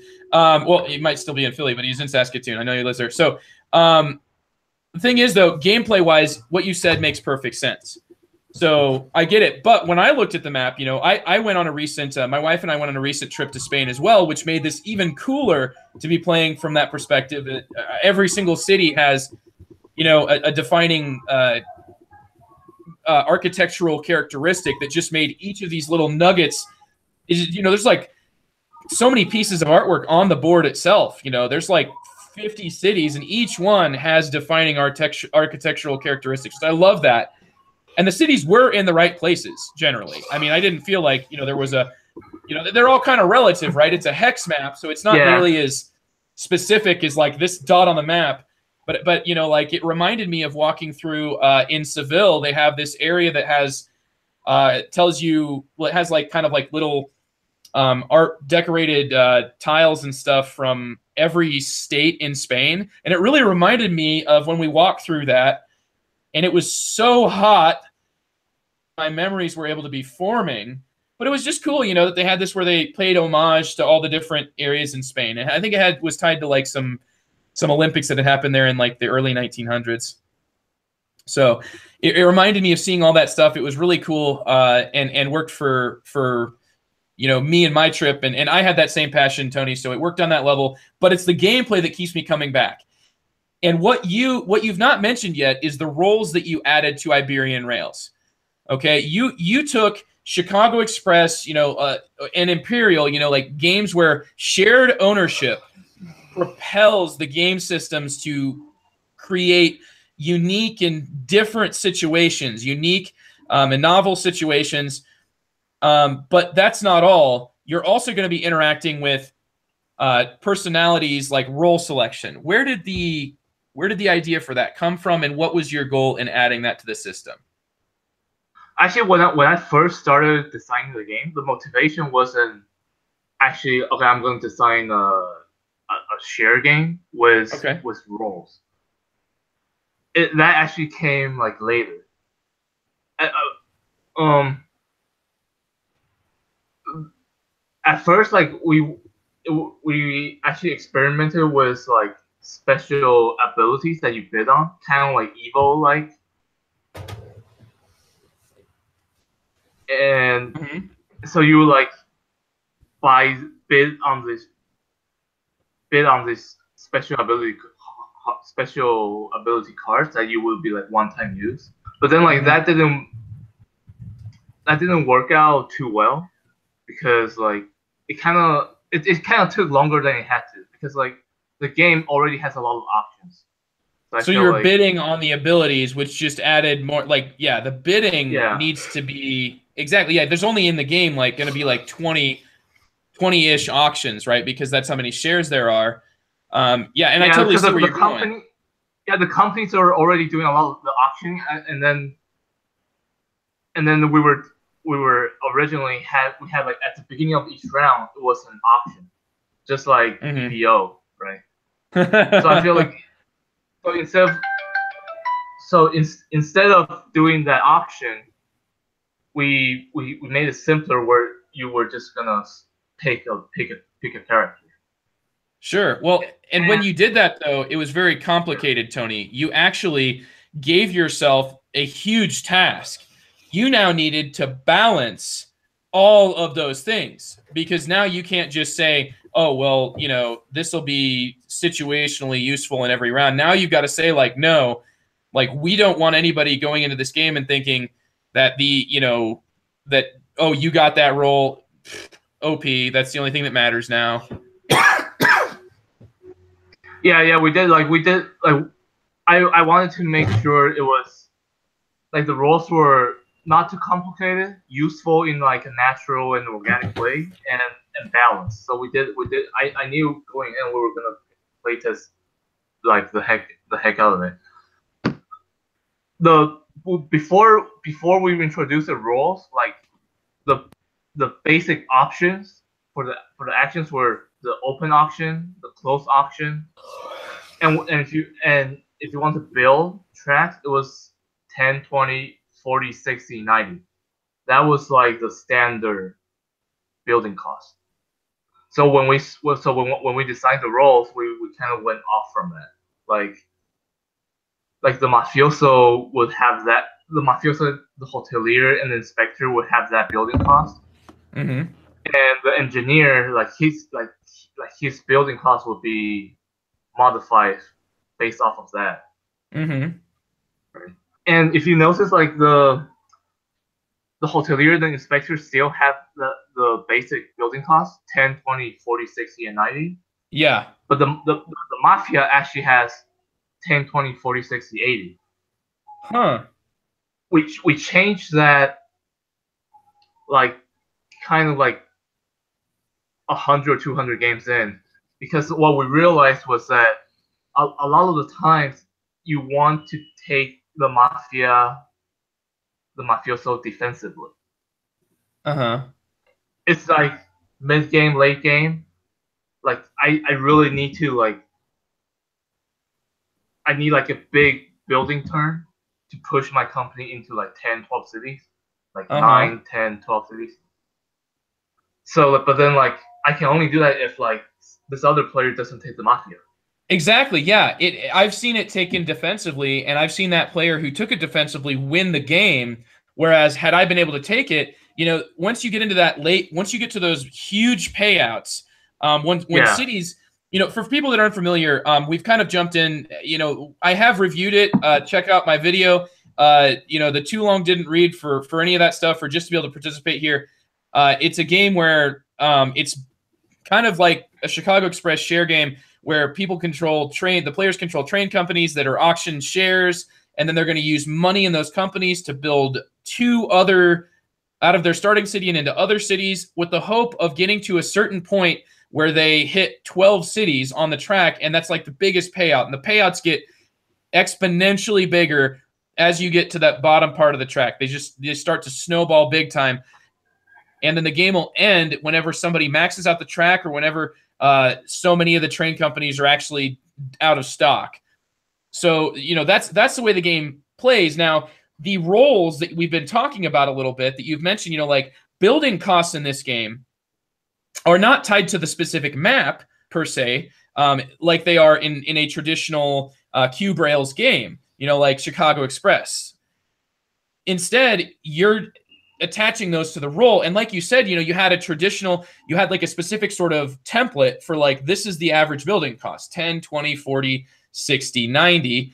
And then the thing is, though, once you add these special abilities, which in the case of the mafioso actually lets you take control of a company, but you have to have stock, now you start creating these interactions in the later game where, like, for example, Andy knows what it feels like to get mafiosoed, right, Andy?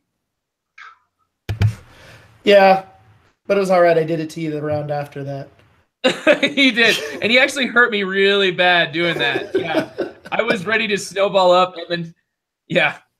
So that's why the fifth construction, like with the Mafia, we changed from 90 to 80, so that when you do take it defensively, like you can build like a little bit easier. Yeah, it has that defensive bonus, so to say, like a little defensive bonus. But I hadn't even considered that, honestly, like that's a really subtle change. But it's interesting to hear that small of a change went, 100 to 200 games into this, had that purposeful reasoning behind it, and that was something, honestly, Tony, I didn't even realize that. Like, I feel like I'm such an opportunistic player that cannot even think that far ahead. I think the only time I've ever ended up with a company that hit 12 was because I shystered my way into the company because somebody else had great plans and I screwed them over in some way. So that's why TC, you should.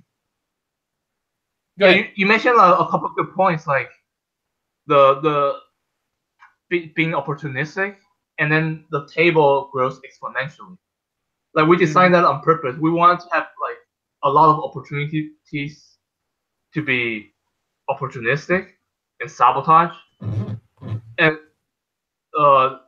the building up your company to be a realistic way to win the game too. So like we play tested a lot of the play test and balance went into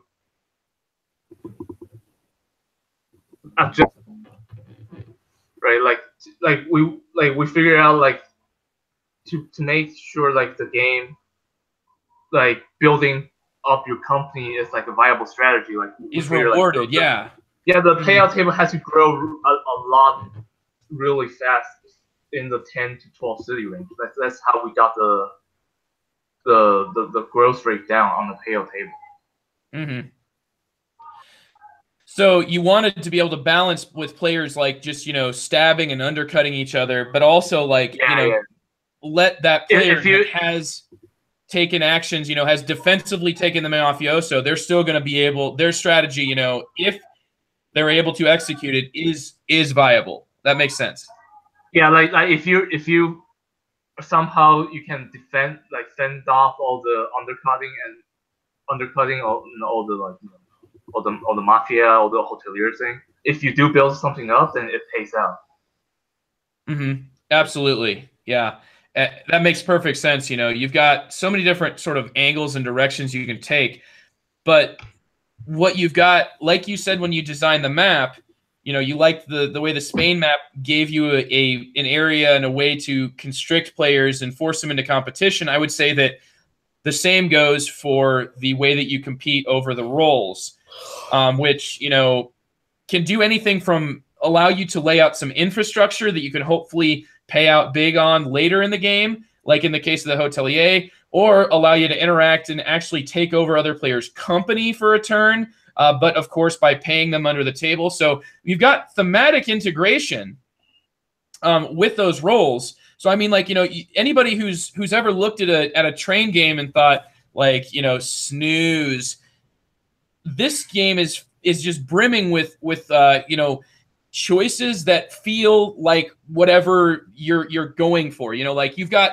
a ghost player, you can take the ghost role, and the ghost is like an image of a floating lady, and that lets you build as if nobody else knew you were there. You can build on tiles without having to pay other companies like you normally would have to pay any company in your tile when you go there. So like that's just simple stuff. But then you added, it's like the game just started to sort of grow when you look at the different roles. And I feel like what you said very much earlier, Tony, was about one specific role, or when you said that players would auction one-time abilities, and you still have one single one-time ability in the game, which I think, TC, I don't know if I've sold you yet on this one, but I feel like just this ability alone, like you are able to take a role called Don Quixote, and then you don't even play that round out at all.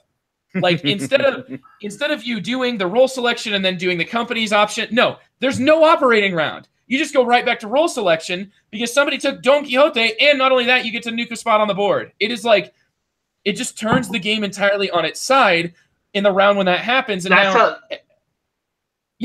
that's a really expert role. Like I would suggest like playing it until you play like 20, 50 games of it. Yeah.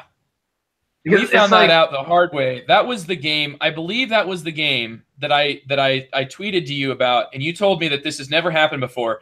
We had a winning score where no train company made it further than 7, and the only player that made it down to 7 on the cities track had spent all of his money getting there. And so his ultimate like end game cash was like $150. And then everybody else, like the winning score was just over $200, which I'm pretty sure you said was a record. Yeah. I'm proud of that. I'm proud of being able to suck the most of anyone ever, or at least my table decided that we were just going to cut each other off and cut at the knees, and it was just constantly taking everybody else out to the point where it was like, hold on, I can end the game, and I'm pretty sure that I only have $200, but that's going to be the most. And I'll be like the king of all this garbage. I'll be like this lord of I think the. It was because of the mafioso, right? Like the mafioso was probably earlier in the character role in that game. Yeah. It was because like where the mafia is in the character role, like if it's in the front, then it's like okay, there might be more sabotage going on in this game. But if it's like in the last position or the last 2, then you can kind of like it's kind of a little bit safer in that regard. Yeah, one other thing that's interesting is that not just their position in the actual drafting line, but also their position in relation to what they are directly before or after. Because like I find that there's certain roles that people really want to get, but then it's like you almost have like a spot that's an on deck role to a role they actually want. Yeah, because you can't take. Yes, that's like the main point of the character role mechanism. Of actually like shuffling them up and having them in a random order. You can play the same game. I've played the base game now like 9 times or so with the full gamut of all the things included. And I want to say that none of those games has felt remotely the same because, like you'll have games where the hotelier is at the very back. And like you said, when something is at the back, it's only getting taken every other round. It's hardly happens at all. But if there's at least one thing ahead of it, it changes quite a bit. Yeah, like you said, the order matters. Like you can look at the roll and then you can see specific combos sometimes. Like if the bureaucrat is right after the engineer, you can bureaucrat and then lead right to the engineer. Mm-hmm. Very, very cool. And this is something like Andy, like a lot of the games that you play that are like economic games, like this is not usually heard of in like a Cube Rails game. Like the other Cube Rails game, like you mentioned Chicago Express, I've played that game over 100 times. And that is, that's going to start up static. Every single game starts exactly the same and everything happens on a very predictable thing. So, I mean, this was bold, but then that's also why you play tested it hundreds of times. So, and I would say that, I believe from my perspective, it was successful, but that's pretty bold, man. That to me is like, that's taking something like taking a chorus from the master, from the master of rock and roll and then writing your own verses. That's pretty ballsy there, Tony. Yeah. Thank you. To be honest, like I saw when I first tested, I was like, okay, after 100 games, the game should be done. But then, like once we were into the 100 or 150 range, like we still had some ideas that we wanted to test. So we just kept going until we feel like we got everything down. Mm-hmm. Yeah, and then okay, explain to me though, how Dali, like, what? Yeah, that he's a really wacky character. Which, I mean, he's the surrealist painter, but just for frame of reference here, everybody, like, normally you're so focused on the city chart. But then with Dali, Mhm. you can end up because if you have a scoring happen, which is tied to like shares being auctioned, he actually is not going to give you any money for any cities. Instead, he gives you double city scoring for all of the non-city tiles you're built on. So if you have this train that's train companies had to build into the grass to get somewhere, all of a sudden they're like making bank. It's crazy how big the payouts can get. Yeah, like it can be really strong if on turn 1, okay, before the game begins, you put like 30, 40 into a company, and on turn 1 you do the engineer, and you build them all into empty hexes, and then on turn 2 you do like a Dali, whether open or closed, and then like wow, like, and then you get like a really huge early game cash infusion. You might win the game just right off of that. So the other player will have to kind of stop you. I actually wrote a section report on BGG. You can go check it out. That one had the Dali in it. Really? So because of the way that the early game companies tend to need to build out onto the grass, you're gonna end up with this situation where you've got a train company that should suck, but with Dali is actually turned into like, mega powerful, payout. So, and can actually sort of just swing the game up. But like you said, it's a fringe character. And I've seen that happen more in the late game. So none of us actually thought to take advantage of that in the early game when we were playing.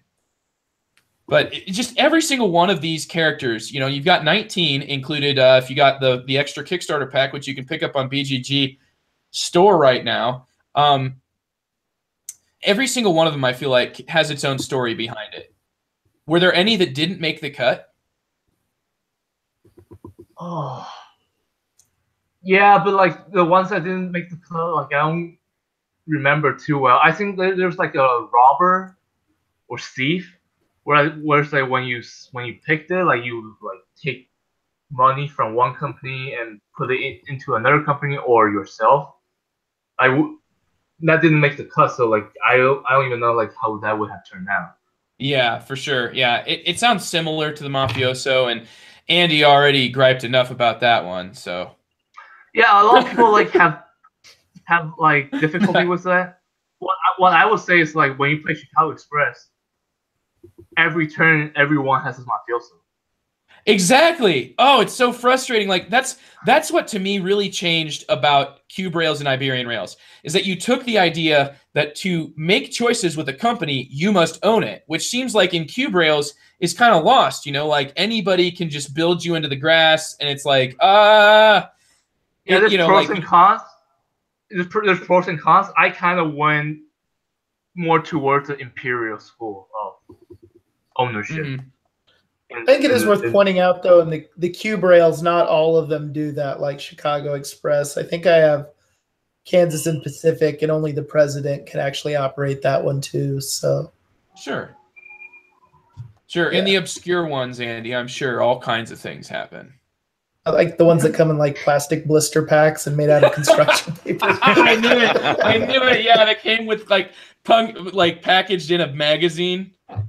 You know what I want to do is I want to buy one of those and then like upgrade the components to chipboard, but still use like the piece of construction paper glued onto it.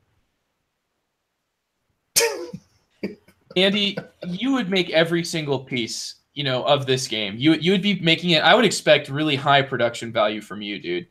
It would be 3D printed. It would have like, it would be like Container Deluxe Edition. Stock tiles instead of certificates. Yeah, like every copy is like a convention copy. Yep.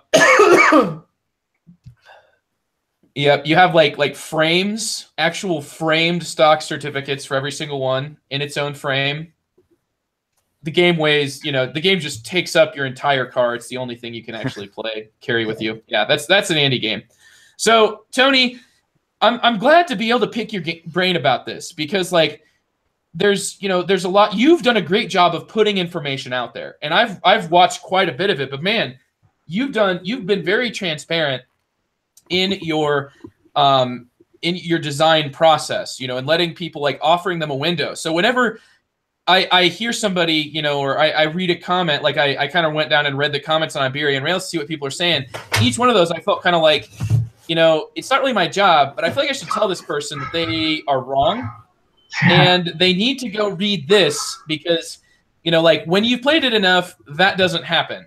So, but fortunately in my group, we didn't end up with anybody really like seeing, feeling like too hurt by things. I think, like most of the people that felt like, it's a brutal game. It's a brutal game. Like as a gamer, I'm really aggressive.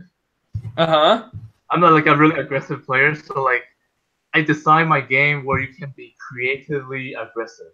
Yes. So it can get really harsh. You can never just poke somebody in the eye. That would be silly, ridiculous. But it's all about tricks and things that you see where somebody's going and sort of cut them off and make sure that what their grand plan is either going to be your grand plan or it ain't happening. So yeah.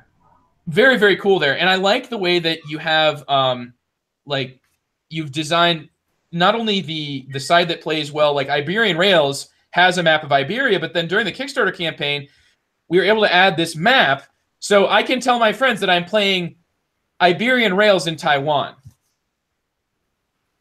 Yeah, like we want to be like environmentally friendly with that. It's like the board, right?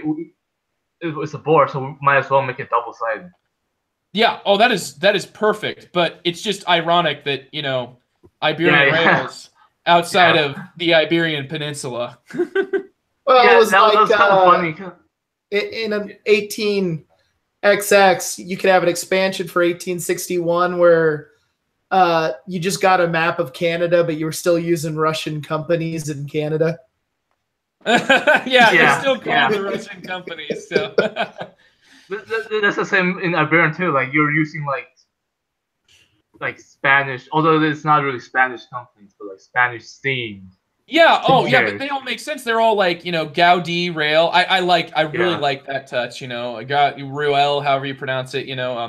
But no, it's good. Like it's better than Continental Divide when you're getting what railway am I starting? The purple one. Oh, they I'm call them purple. It is literally called Purple. The Purple Company.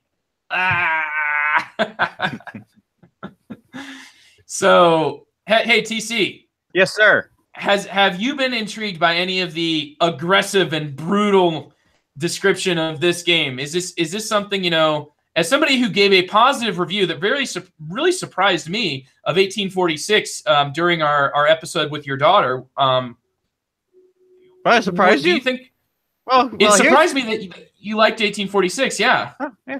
Well, I'll tell you the one thing that I've heard a lot of hype about this game when I play, but what really is drawing me to this game in particular is the art. The art in this game really looks nice, and it makes me want to play it. And the more I hear about the gameplay, the more I want to play it. And you've been hyping this thing for months. It's me that's hyping it, TC. I don't want you to think that it's being hyped by everybody. I mean, you go on to Board Game Geek, you go on and look at like the people are saying in the comments. It's me that's hyping it, and it's because I like everything that is, whatever it is. Like fate has just put me in this position where, for whatever reason, I am looking for this type of game. Like this was exactly the product, and I don't even know if I knew that I needed it, but that's me. That's me subjectively and personally, right? I mean, it's set in a place that I'm very passionate about, like Spain. I just went on vacation there, Tony. It's like we had a very similar, just it's just the same moment, and so this came at that time, but then also. You're drawing on two different games. You're drawing on Cube Rails, which are ones that I enjoy, but it's more like, I don't get excited about. And then you're talking about Imperial, which I love, but it's so long. It's such a long game, and it feels very samey. And and Iberian Rails, not every game is like this, but it plays in what feels like an absolute blink of an eye. Like, you you can get a game of this done in like 45 minutes to an hour when you're advanced players, especially you're playing with less, on the Taiwan side of the map. And so it does all these things. And then you also add the variety of the roles, but they work in weird ways. Like even, for example, Phileas Fogg is one that we haven't talked about. Phileas Fogg simply changes the set order of companies so that all of your companies go first. And I remember reading that role and I thought like, I'll try one of the ones I'm more interested in, one of the wackier ones. And we finally tried Phileas Fogg, and it was like, no, Phileas Fogg is just as wacky as everything else because he makes all of your companies go first, which can allow you to cut people off. Yeah, that's nice. Hey, $10 or whatever. But what it really can do is it can allow you to auction off one of your own companies first. And if you're cash poor, now all of a sudden you're getting paid off. You're getting a payout, and you actually are sitting on money now from your actual auctions happening. And that to me, like that dual wielded weapon, and from a role that's not even like, the recommended set to start with, you're talking about one of the extra roles to add in. Like every little bit of this, from the order that the tiles are in to the extra tiles you add, is something that makes me continue to want to play it. And it's not just me, it's caught like a bug around my local group. And that's something, Tony, that, I had no idea who you were because this is your first game, but holy crap, man, you've done something that didn't, it isn't something that I'm used to having happen with the game. Kind of like with UTC and Time of Crisis, right? That one came out and that one kind of nowhere, but that took you by storm. What's got me intrigued by Iberian Rails is just the cover of the box alone that shows a train flying off the rails. And it was like a bunch of characters on the side, I don't know, like on pump carts or dismantling the rails or something. And someone brought it to one of the game nights, I believe. And I was looking at the box going, holy cow, this could actually potentially be one of my style of train games. But like everybody had like, oh, we're full. We don't have enough room for one more. I'm like, And I thought it was like a confluence. I could talk about it with the designer, and it just, it didn't like. But I did actually hold the game, and it's a beautiful production. That cover alone sells the game. I love it. I think that really you're captivating. You're telling people like, here's a train game, but it's not like all other train games. And so I do think though that's another bold move, a bold, aggressive move, Tony, which you seem to enjoy making. Yeah. By the way, like. You mentioned about the Phileas Fogg. Like when I designed the game, like before the rules were even in there, one of the things that I wanted to incorporate into the strategy part is like the timing. I want the players when they play the game to be faced with a decision on how to manage their company. When they manage their company, do they want to spend all the money in the company treasury to build up all the tracks and then pay out, or pay out to trigger the payout prematurely. Mm-hmm. So if you do the payout prematurely, what that does is it gives you cash in hand for you, which gives you investment opportunities into maybe other companies. But then what that does is like it's not. It compromises the long-term growth of that company because in Iberian Rails, like the companies also gets paid out. So that's like one of the mechanisms I want to explore. Like since like the company also pays out, so if you trigger the payout earlier, like you're cutting the amount of the company gets paid out. And since like there's like a limited number of shares for the company, that like if it only gets paid X number of times, and then if it's first time or the second time it's not getting paid as much as it could have, then you kind of like limit its long-term growth. So that was like kind of the central ideas that I had when I first designed the game. That was the central idea that I wanted to play with. And plus, so there was the timing aspect of deciding when to pay out. And then like I wanted to have the payout be kind of like modern art like. I was actually modern art. Oh my goodness, you were inspired by modern art as well. And that's what I tell people, like, this reminds me of modern art. And modern art is another one. The cult auction, right? the closed auction, right? Because of the ownership. Mm-hmm. Yeah. Like in Modern Art, you're like, okay, I have a bunch of like Yokos, right? So I want to build Yoko up. So in here, like you can build your company up. Not only are you building your share value up, you also build your leverage as the CEO. Yes. Right? Like, okay, I build it up, and then I can do this closed auction. Closed auction, which pays which will pay and you. People are gonna pay me. Mm-hmm. But so all of this, that powers Modern Art.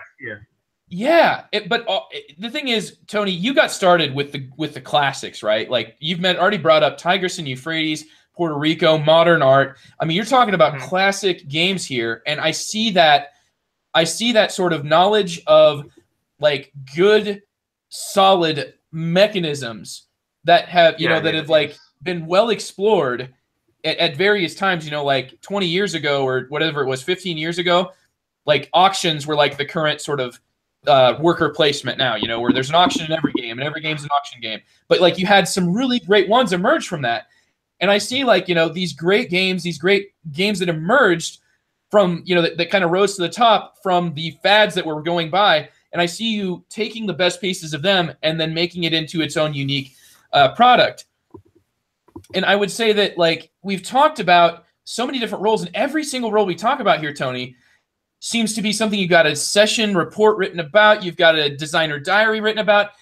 And what I got to thinking was all these different roles in the game didn't just come from like, oh, I want to have tons of roles. It's like you came up with all these different things you wanted the game to do, and you were like, okay, and now let's make a whole bunch of things that break that, that make that one thing something that gets played with in the role selection. And seems like that's why it's so intentional. That's why it's not just an aggressive, brutal, mean game where you're just taking things from other players. It's like the Mafioso is something you should be able to see coming. And like you said, play defensively.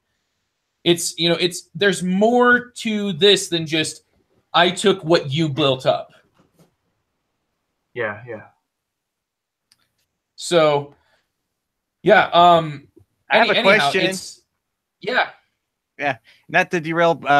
My daughter is no. I've been waiting for a chance to ask this because we got the design. My daughter is very much looking forward to Warriors of Jogu.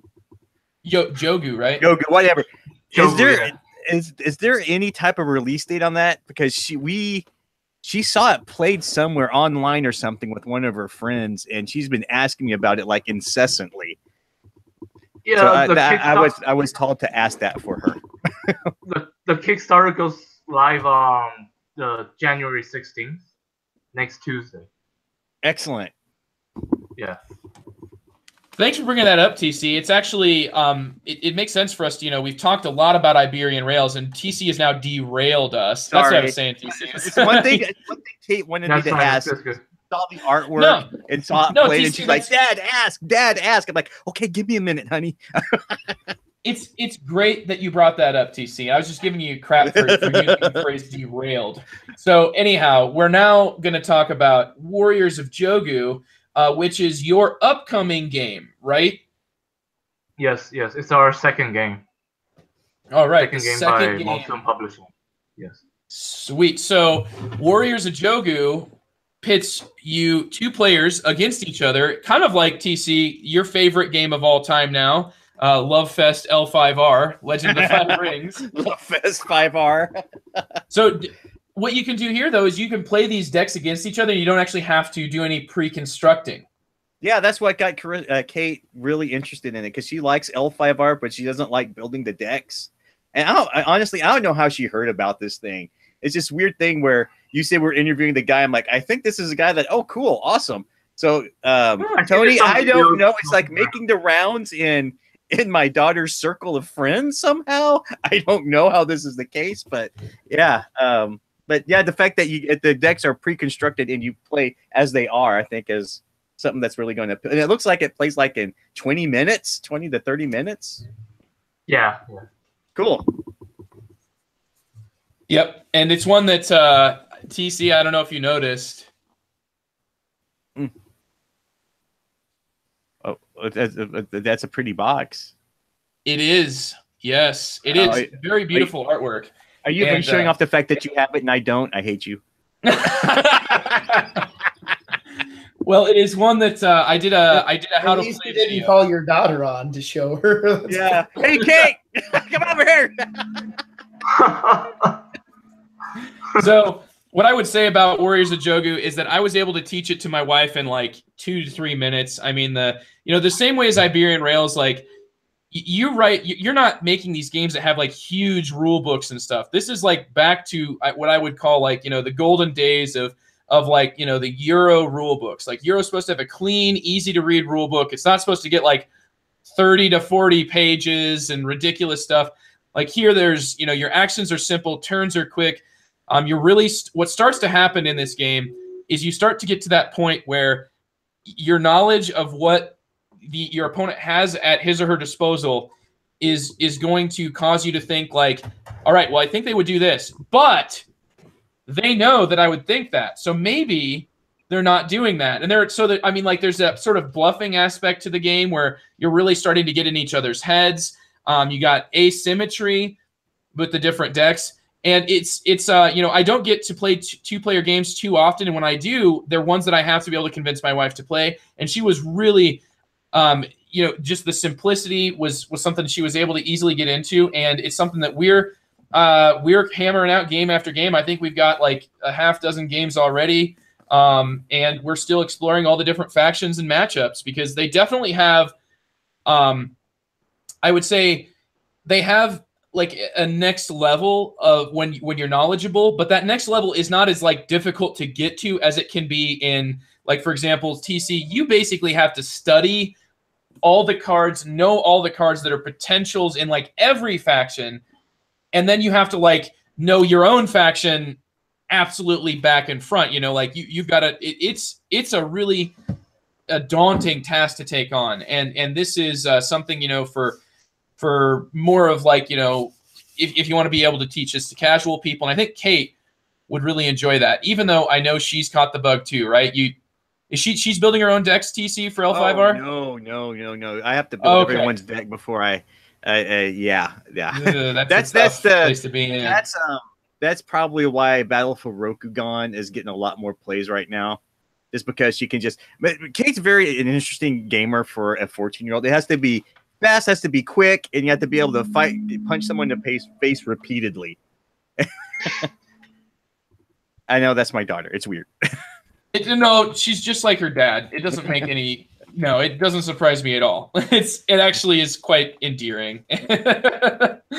TC, it is hilarious. So there's a question in our chat, and I realized I didn't really talk about, but I mean, like it was asked, is this like a Magic style game? And my response to this is no, not really. It feels more like you're sort of like two-player. It's like somewhere between a two-player head-to-head card game, like say like Lost Cities or Babel, or like a game like that. Except you do have specific factions, but they're pre-constructed, and you just shuffle. So I mean, it's it's somewhere in that realm. You're going to be like battling, but adding up points. So it really it's probably it's probably more like a numbers game, like Blue Moon and Lost Cities in that sense, but it has a lot more, obviously a lot more steam and special faction abilities than Lost Cities, and also with bluffing and deduction. Yeah, I was inspired by Liar's Dice actually for the game. Liar's Dice, interesting as one of those. Yeah, no kidding. Well, Merv just mentioned and brought up Smash Up, and what I would say is, Smash Up is basically, every single card is like, read this kind of wall of text and then do whatever it says. And in here, it's like the cards generally have more copies of them, which might at first blush make people say, oh, so there's less different unique cards, but really, like, when there's more than 5 or 6 unique cards in a deck, you start to sort of lose track, and you don't anticipate them to have that card, or you start banking on them not having it. Whereas like every decision I make in Warriors of Jogu, I'm counting on my wife having this card, and my plan sort of like has to do with her falling into traps that I've laid for her, depending on what deck I'm playing.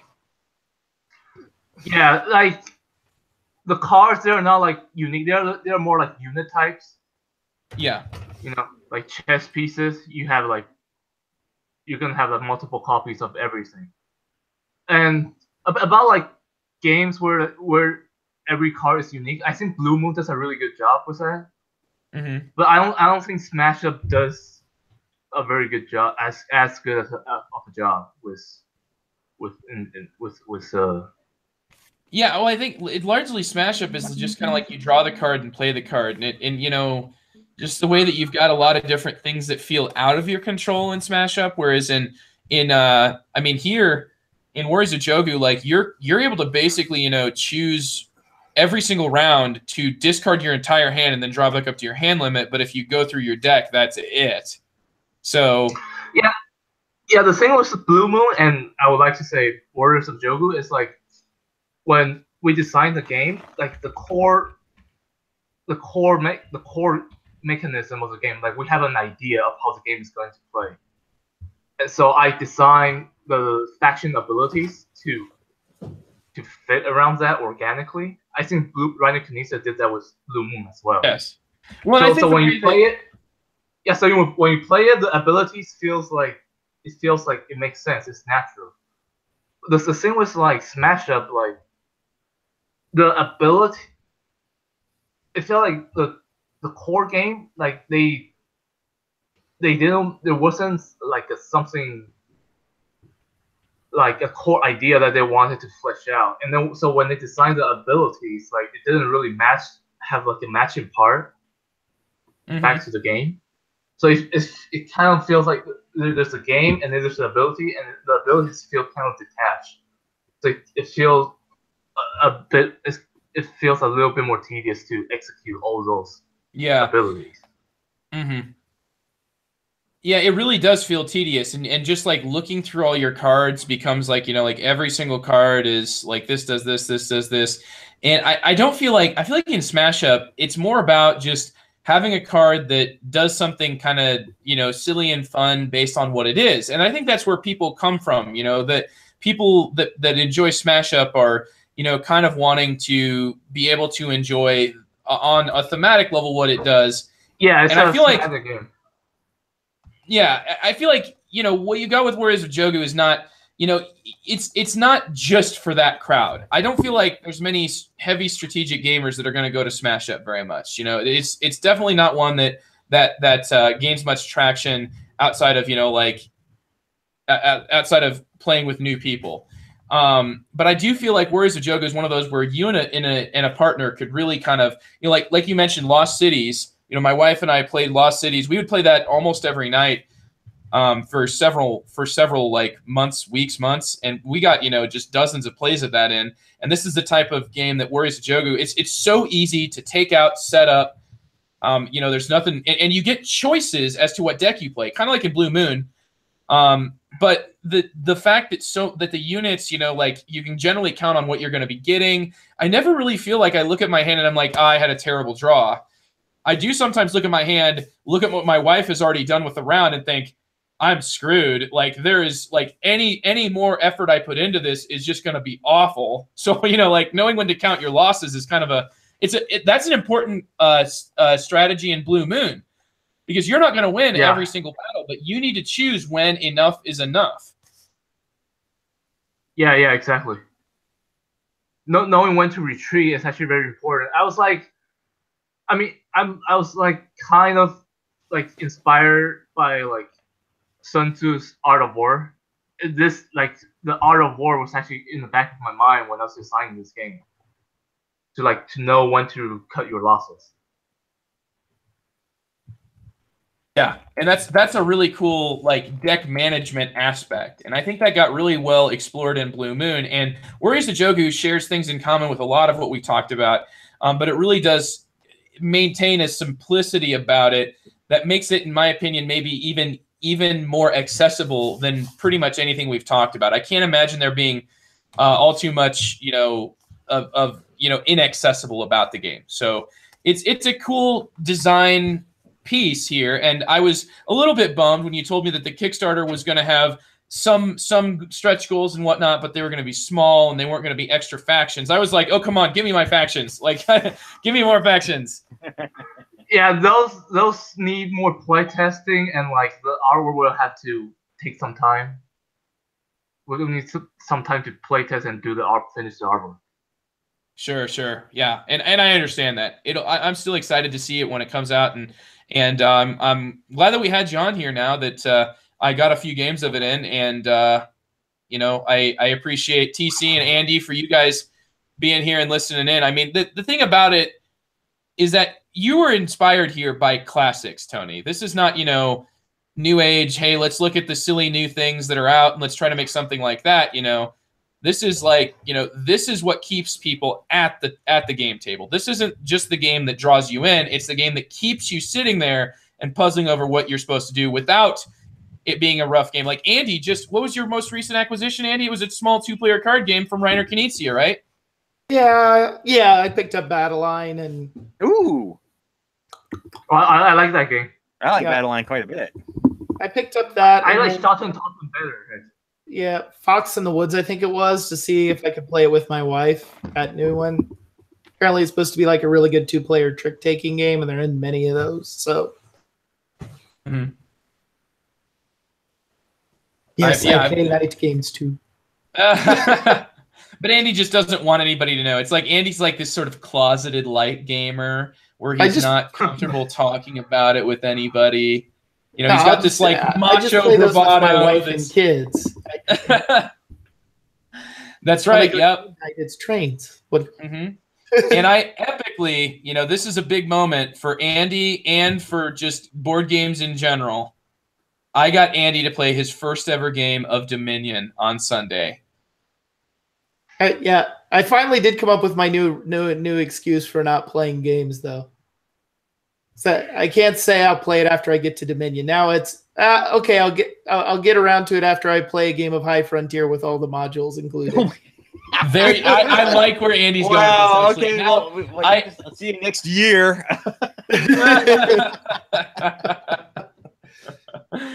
Oh my God, goodness. that board for High Frontier is just the most out of control thing I've seen in a while. It looks awesome. There's so many people I've just showed a picture of the board and then their eyes get big, like their pupils contract, and they're just like, no, I am no. Oh, it's good stuff. Yeah. But yeah, Dominion, it was all right. I'm not usually a big card game person, but it was enjoyable. Well, and I specially designed it based on Andy's request to have the ability to get cards right on top of his deck.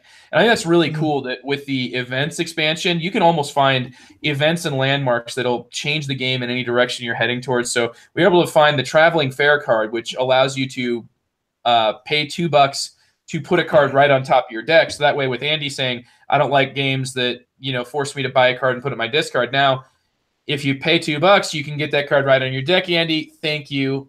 Play the game.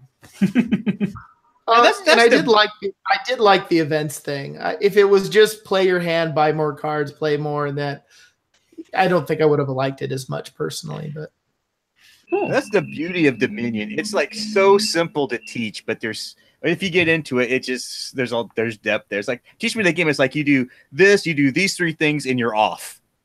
Then you just like screw yourself over somehow. Then, like you say, I'll buy these green cards. I think it gets better the more you play it. Like Dominion.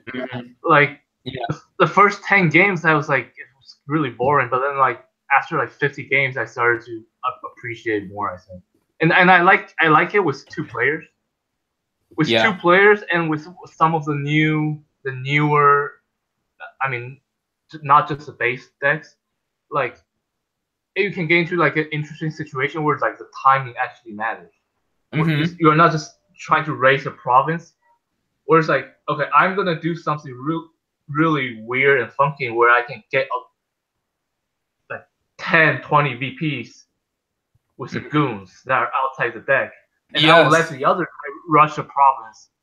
He thinks he's winning, but by the time he's got to his like 5th or 6th province, I have 0 province, but then he cannot finish the game off. Yeah, exactly. You get so clogged up with provinces that you can't buy them anymore. And yeah, Andy, I would recommend. I really like the Dark Ages expansion where you can just Me too. That's my favorite. You just trash that trash pile just becomes insane in that with that. It's just it's like huge.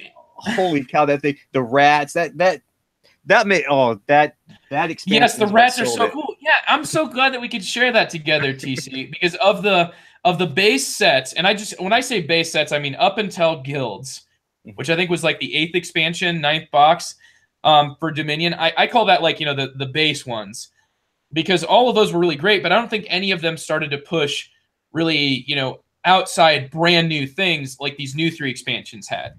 Like really actually be expansions and not just sort of, more cards to add to the game. Though I really do love Dark Ages. Like, to me, that's my favorite. No, yeah, I'll just play Dark Ages by itself. I'll just buy like the coin, get the coins and the provinces, and we're just playing Dark Ages. Because that game can get brutal and mean and nuts.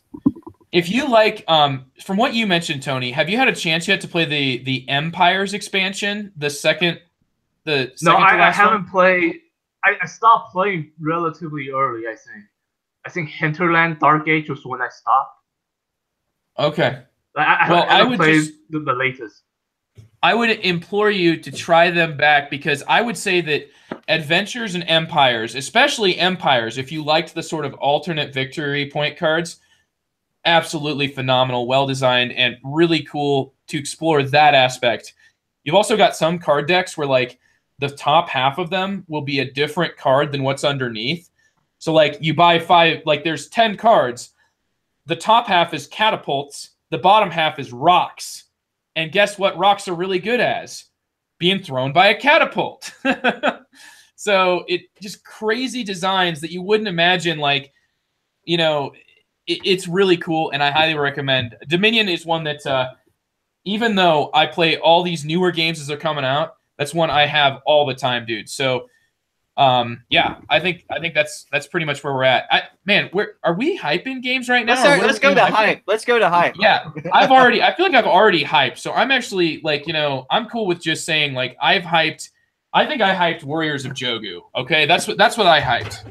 Okay, let's talk about your hype, Andy. I got actually 2 hypes, and I'm going to do them real quick because they're older games. I just got my shipping order notice from Funnigan that Antiquity is on its way. So it's the last of the big Splotter games that I don't yet own.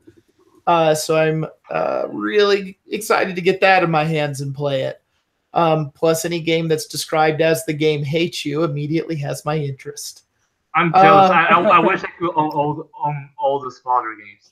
And that's my mission. Eventually, I want to own all the Splotter games. They're fun. My first my first one that's permanently staying in my collection I've got right here, Great Zimbabwe. Love it. And anyway, the next one is the Kickstarter for the I don't know what edition of Neanderthal in Greenland, the Sierra Madre science-based dice games. I have Greenland. I don't have Neanderthal. I missed picking that one up.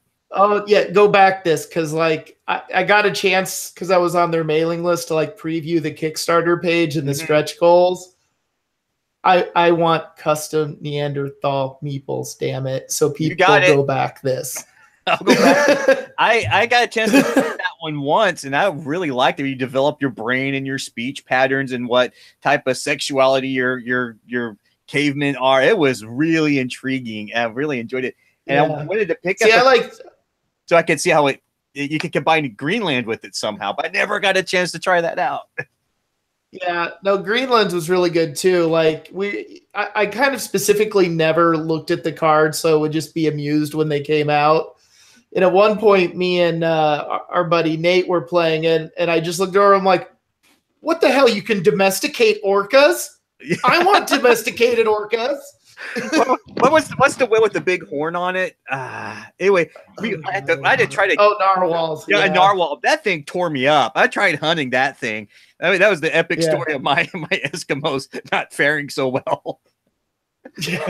Well, the thing I like about Greenland is apparently in the first rendition of the design, the designer wanted it to be historically accurate. So the winner of the game was going to be the last person that died. Like nobody was going to live. Wow. Yeah.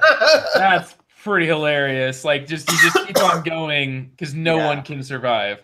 Yeah. I liked Greenland. That was like really cool 3-player game. Yeah, well now it's going to be 4-player. Oh, like my favorite thing to do in Greenland was that it's like, oh, here comes Christianity. I'm flipping your thing over. Buck. Well, and one last quick story, and that'll get off of it. Like Phil Eklund was talking about a play test he did with Greenland, and his wife and this friend of theirs were doing monotheism and kicking his butt. So he went over to his friend and tried to flip him into Christianity, where you have a different win condition. Yeah. And all of a sudden, this guy just kind of glared at him, and he looked at Phil Eklund's wife, and it's like, let's wipe him off the map. Like, and they did. They just completely wiped him off the map. And Phil Eklund was like, it didn't, like, why did that bother him so much? And then he remembered his friend was Iranian and had been chased out of the country by the priests for basically not following the tenets of the religion or something like that. So he kind of triggered him a bit and ended up getting wiped off the board. Yeah, I know you guys talk about that's Greenland's one of my favorite Phil Eklund games. It's just a fun one. Isn't there like an event that can wipe your entire tribe out? It's like just gone.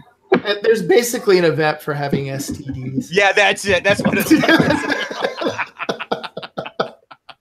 Anyway, I'm looking forward to the Kickstarter getting funded. I hope it unlocks all the stretch goals I saw because, oh my God. Yeah. All right. Well, thanks, Andy. It sounds like you got some things to look forward to. How about you, TC? Well, I got 2 games. One of them is directly your fault, Joe. I'm going to blame you for this one.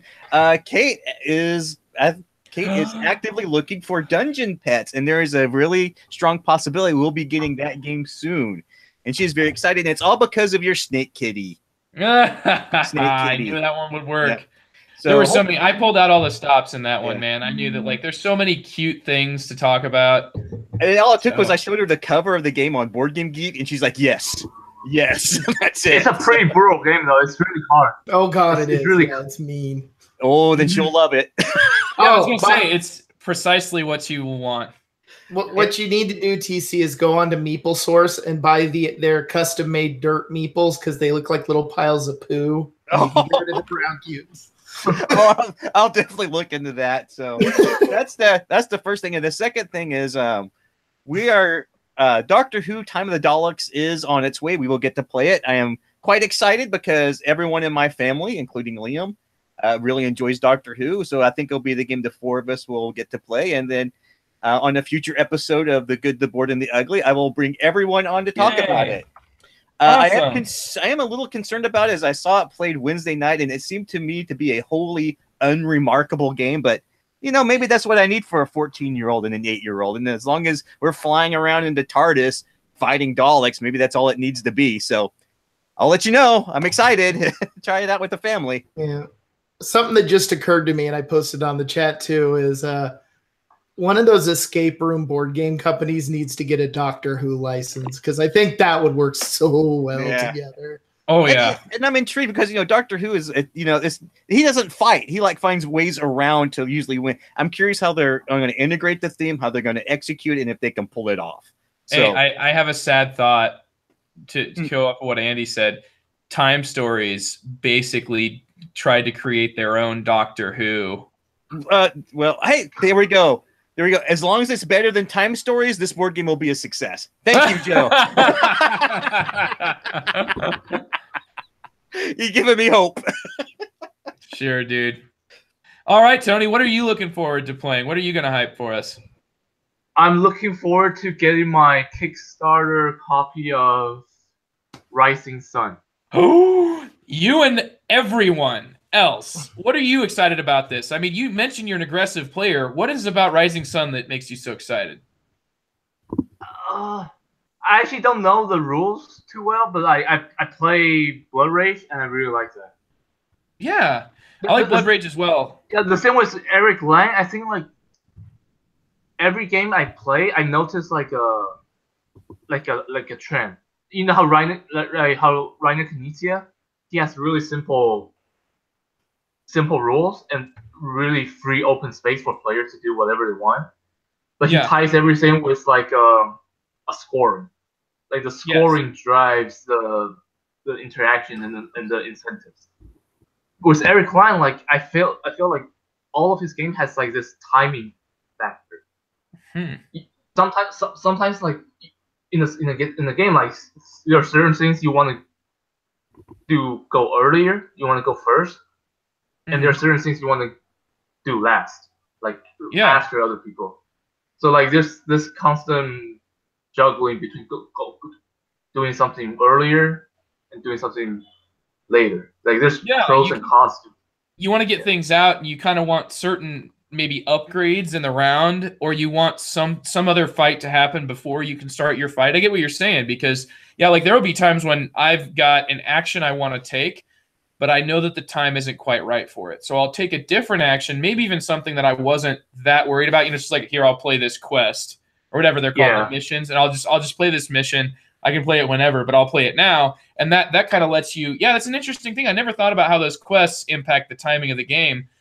But in Blood Rage, that's definitely the case. And I'm excited to see it because it mixes Blood Rage with diplomacy, and it does so in like some sort of a digestible box. And I don't want to say that it mixes Blood Rage and diplomacy. It's kind of like, his exploration of diplomacy, which is an absolute classic. I'm not actually like looking forward that much to that part of the game. The negotiation. I'm not like huge on negotiation unless it's like really fits with the rest of the game, like diplomacy or Rex. Ooh, I love Rex. That one. Yeah, I love Rex. So we played that for our New Year Eve's party. Nice. With 6 players. Oh, TC. That is my favorite board game of all time. I love my Rex. Yeah, I think you just won over TC on your side there, Tony. All right. Well, thank you so much, Tony, for joining us. It's just been a treat. It's been a pleasure. And, I'm looking forward to what's going to be coming out from Monsoon Publishing from you. When you see your name on a box, I'm immediately going to know there's something being explored here, and it's definitely been play tested a lot. Yeah. Thanks for having me. Good time. Well, also thanks to Andy and to TC. I know it's been a long haul here. Andy is going to have to wake up early. Unlike me, I've already got a 2-hour delay. Oh, sorry, Andy. And my kids are urban school anyway. I would have had to get up. Yeah, they don't. It's only 9:15 here. I'm fine. Yeah.